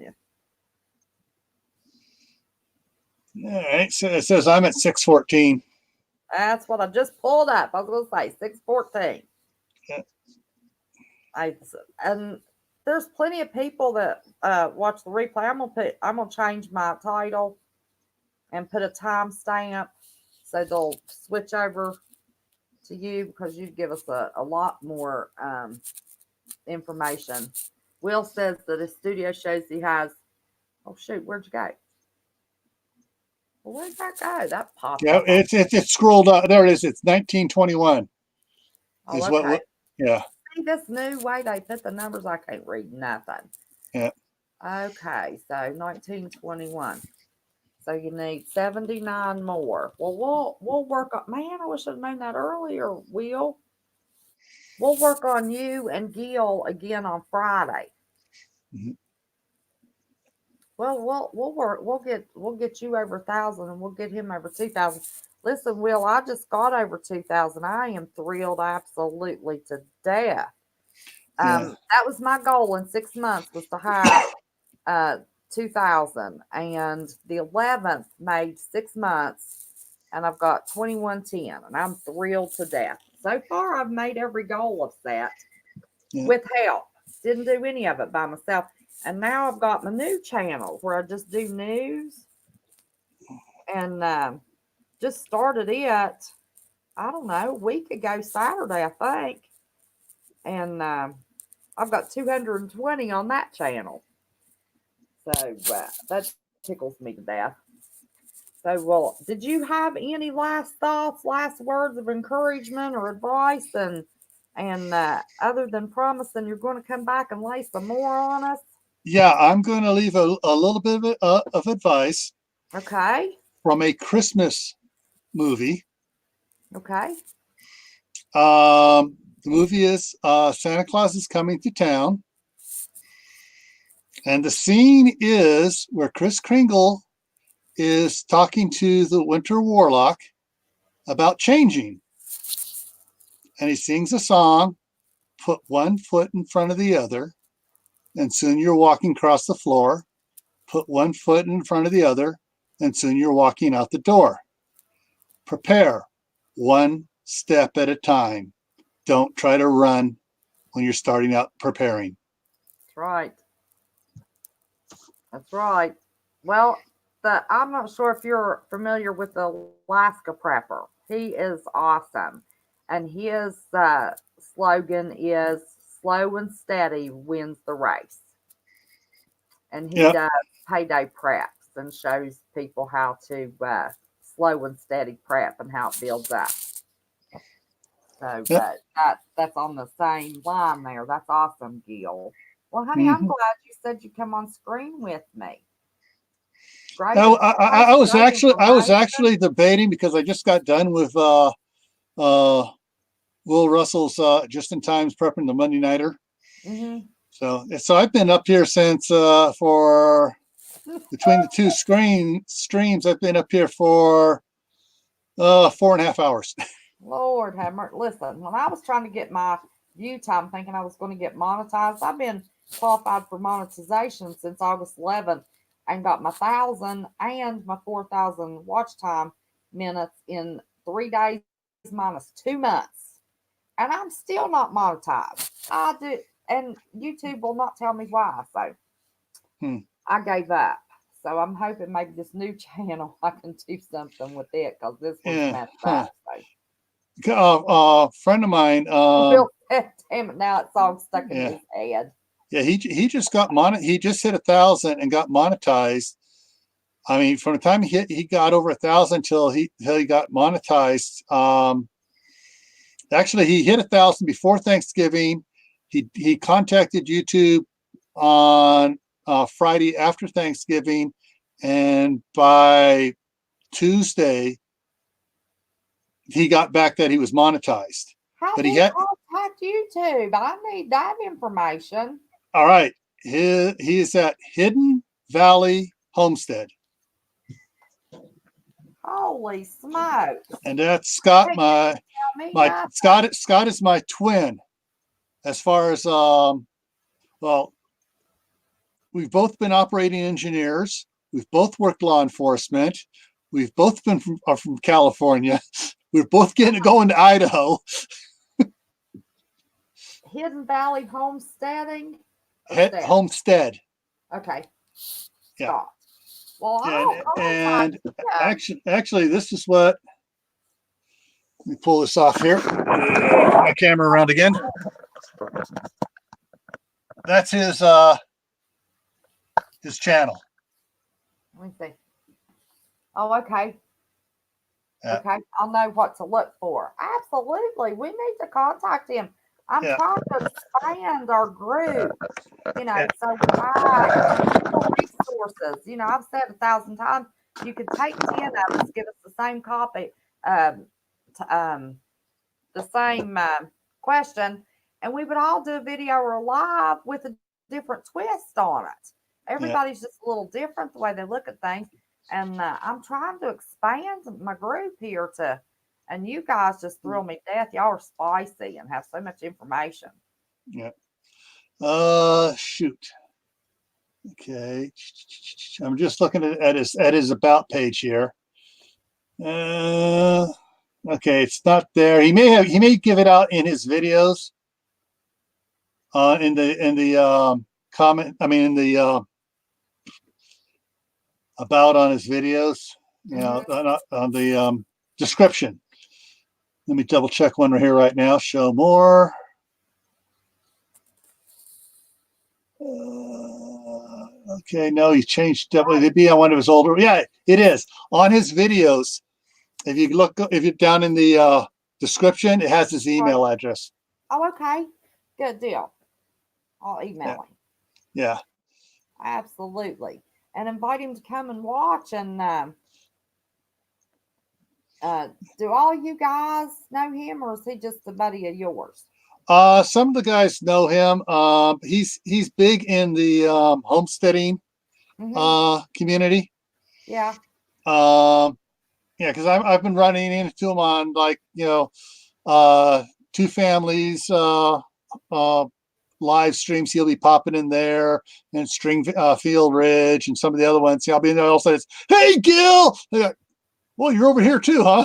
Yeah. Yeah, we'll have to check him out and get him connected up with Central Florida Prepper. He's getting ready to make a big move, and in the spring, he's going to be homesteading on a flat piece of property in Wyoming, trying to get some trees growing before winter. So he already has a septic system, and he's pulling a camper on it. And that's all he's got at this point. Well, sometimes that's all you need to start.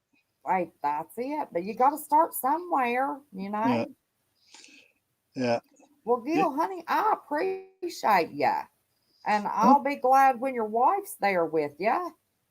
Yeah, I'm trying to convince her to make some videos with me, because what she does, she's an accountant for a big property management company. But she's taught several classes on budgeting, personal budgets and stuff. Yeah. So I'm trying to get her to do one, but she's camera shy. That would be nice if we'd have somebody with some real knowledge that would do a video or two on some budgeting. We've had a few floating around on YouTube, but you couldn't put much hope into what was on that. Don't nobody laugh in chat. That was supposed to be a joke. Well, my big joke out when people start poking, I go, "Hey, you don't want to mess with my wife," and they go, "Why?" No, I'm serious. We need somebody really knows how to budget. Yeah, I told her, you don't want to mess with my wife because A, when I married her, she was Staff Sergeant Campbell. Right. 2, she during her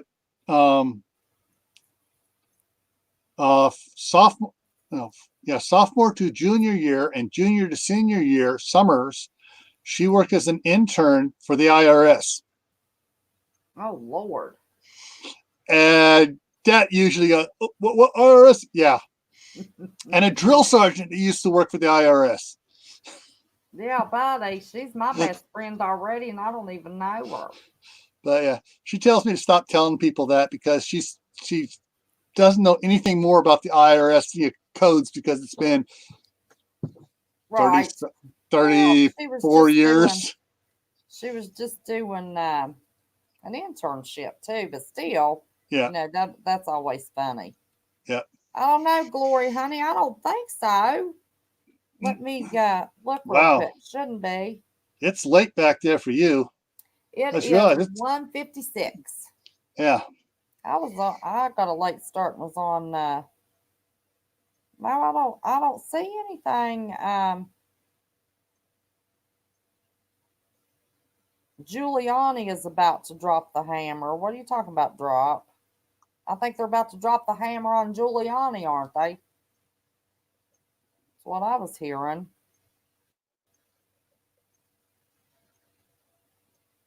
That's Rudy Giuliani? I'm sure that's who he's talking about. Oh, a drop. I can do everything. That's the point.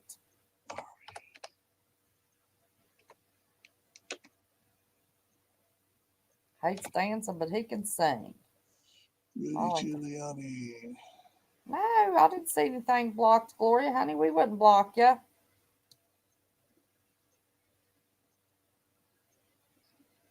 Only thing they block is crazy, mean trolls and words that are real nasty. I'm pretty lenient. I mean, I can't sit up here and say a cuss word and then.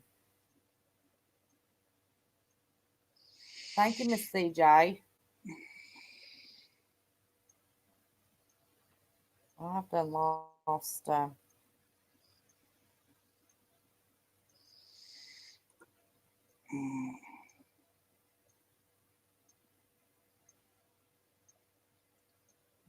Oh, shoot. That took me to CJ's page. I hate when I click on those links and it takes me to the page who dropped the link.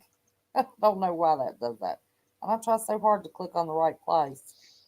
I see what it is. Rudy Giuliani says he was a key player in Yovanovitch ouster and has proof of Democratic impeachment as a cover-up. Well, you know it's a false. They want you looking to see what the left hand's doing, so you don't look and see what the right hand's doing. What did you hear? Oh, that's a hot topic. Oh my God. Who was it that did the investigation to the Russian collusion? What was his name? Uh, Starts um, with a C. yeah. Oh, Well, you know who I'm talking about. yeah. He was on. I happened to turn it on Fox News today.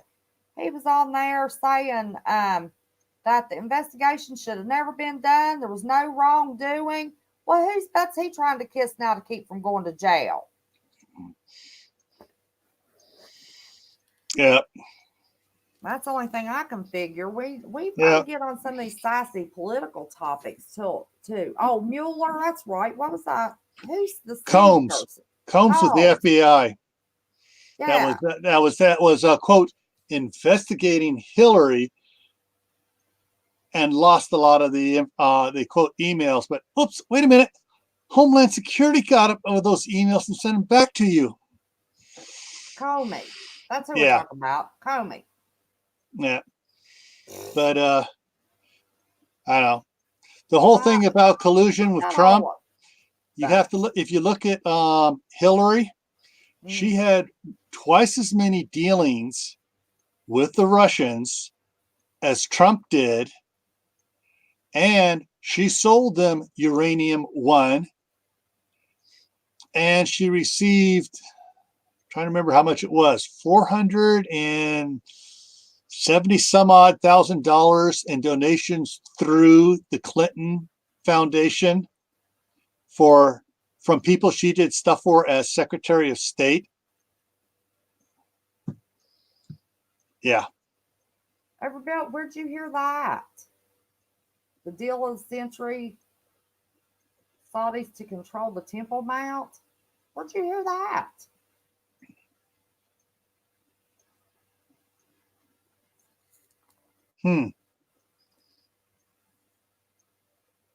Lord have mercy. Well, I've heard there's not going to be any more Saudi pilots being trained here for a while. Yeah, I hope not. Shouldn't have never been in the first place. I'm telling you what's the truth. That old witch, her and that one in California, I'm telling you what's the truth. They can get my blood pressure high, bowling. That one, she's done drunk herself to death, lost so much weight, her false teeth rattles when she talks, and then she mumbles, can't half understand what she says. She don't answer a question straight at all. Why in the world? Who did she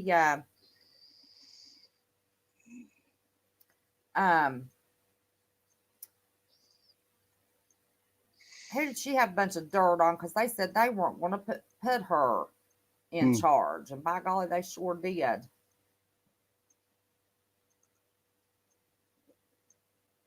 Oh shoot!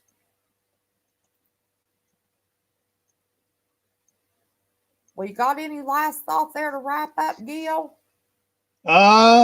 Nope. Just take it slow and easy, one step at a time.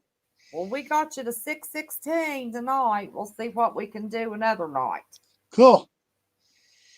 Well, like I said, I appreciate you coming on. I hope, yeah, crazy. That's it. She's got, I cannot diagnose, but if somebody gave me a scenario of alcohol related dementia, she's maybe who I would use as an example. I'd have to test her before I could make that diagnosis. But let's just say she has a few symptoms that looks and appears. I don't know, Gil, if you know my background. I'm almost finished with my doctorate in psychology. I probably won't ever finish it now. I'm too old. I've got 2 classes and a paper. It was going to be a practicum and a paper, but I decided I don't want to do that. So I can either do the practicum or the internship and the paper, or I can do 2 classes in the paper. So yeah, I'm probably going to do the 2 classes. So, but I appreciate so much you coming on. Tell your wife we would love to see some good videos, because it Yeah. is a joke within YouTube. Somebody did some budgeting at videos that weren't real budgeting videos. Let me Yeah. just drop it at that. So we would love to have the joke wasn't about your wife. The joke was about the videos that are no longer available for view. Yeah. But we would love to have some real videos on budgeting. Everybody can use budgeting. Yeah. Who just did Thank you, Miss J Stone. Palmetto Prepared, Anthony. Palmetto Prepared. He has some training. He did a budgeting one too, and he threw up all his all his stuff like a resume on a video not too long ago. All his training and stuff that he's done, and he's done some stuff, and he has some training in doing budgeting as well.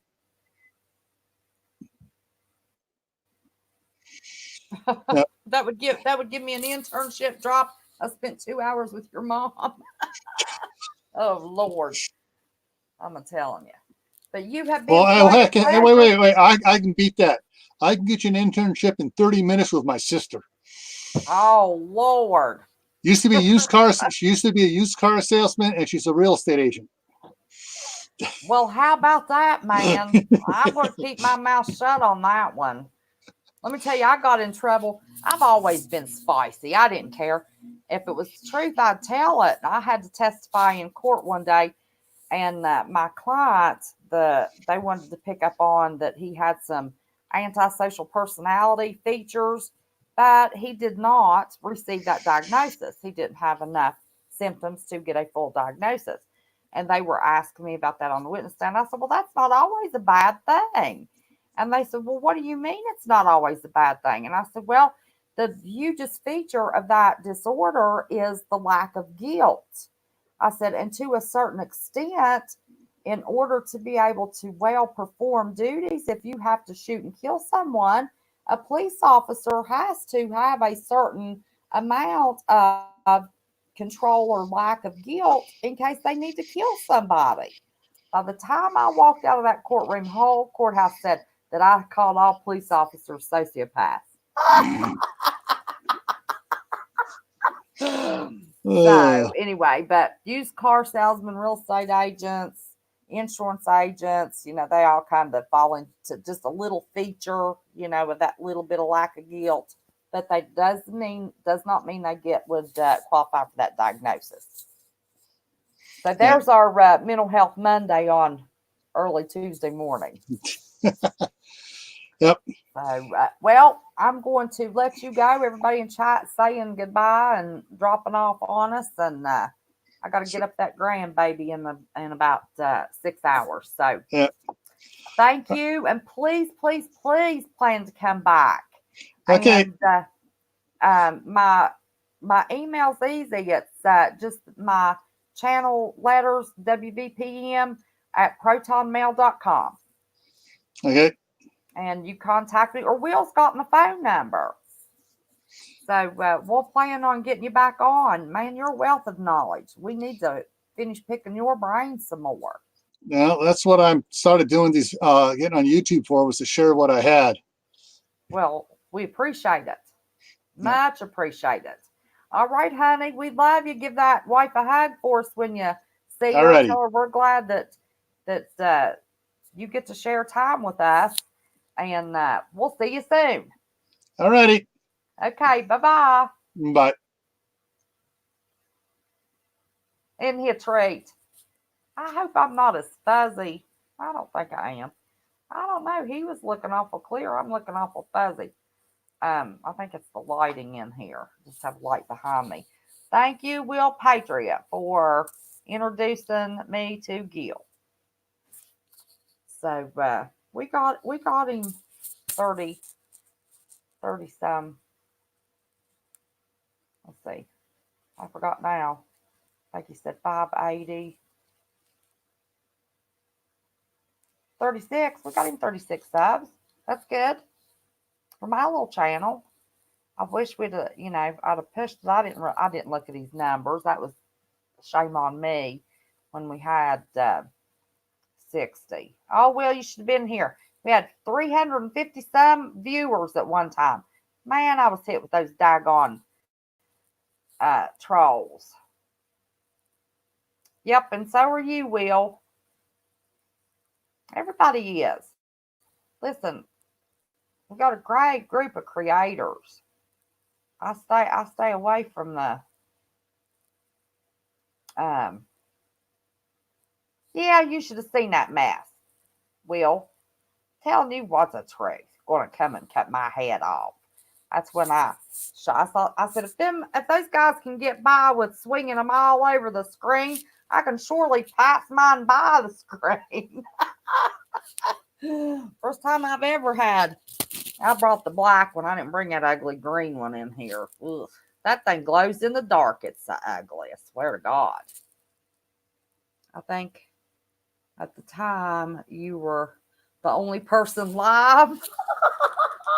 That's funny. Oh, Lord, must have been. Do we really have that many trolls? Holy cow. Good Lord, 300 trolls? I don't know. We maintained about 60. So, yes. Thank you, Miss J Stone. So, anybody that's not, I should have mentioned that earlier, but I think y'all were putting that up. Anybody that's not subscribed to WVPM News, that's where I will give news, and this is where we will be sassy. I try to minimize my opinion over there, but give a little opinion. But the sass is on this channel, and the guests are on this channel. So this is my main channel, and WVPM News is the sister channel. So anybody not, I want to, because if I go out and do lives, and these candidates are getting ready to start coming. Now I would do it on this channel, and switch it over to the other. But I would really rather do it, on the channel it's supposed to be on if I could. But they're going to start campaigning next year if we're still around. And I want to get out to some of those rallies. I want to make myself a press pass. All of our TV stations start with WV something. So WVPM News, make me a press pass. Nobody going to question nothing. Piece of paper and a laminator. That's all I need. That was good advice from somebody I know. 4-State United Patriots is my second channel. Oh, I didn't know you had a second channel. Well, that's a surprise. How many subscribers you have on it? Force up? What kind of force up? All kinds of force ups. Dentists use them. Gynecologists use them. What kind of forceps you got going on there, Will? You're going to get on this screen and eat me up alive Friday. I've just picked on you. Well, see, I just started mine Saturday. I sure did. Just started Saturday. Just keep announcing it on this channel, and they eventually go over and they realize they've missed a few lives. So it's picking up. I think I got 210 or 220, something like that. But they're my original, off of this channel. So, yeah, y'all watch out Friday. Will's going to let me have it. I've done picked on him tonight. He's going to have that weapon on screen. He's going to troll me live. That's all right. I want you to be sassy, Will. All right, y'all. Let me tell you, this old girl's tired. But, man, I'm telling you, that was interesting information, but my head is just a-rocking. I'm going to have to watch the replay. I'm going to find a timestamp, put that on there so people can see it, put his name on there. But, all right, it's that time of night. No matter what we've discussed tonight, always remember. I can take this thing out and stop yelling. Don't be scared. Just be prepared. Always pray before you post or go live.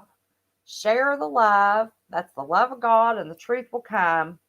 And never, ever, ever forget how much I love each and every one of you. And especially, I always forget and I hate it so bad. I've got the best mods in the world, and don't y'all ever doubt that for a minute.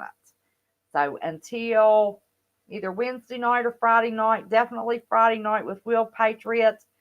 But I'll be seeing you soon, Lord willing, and the creek don't rise.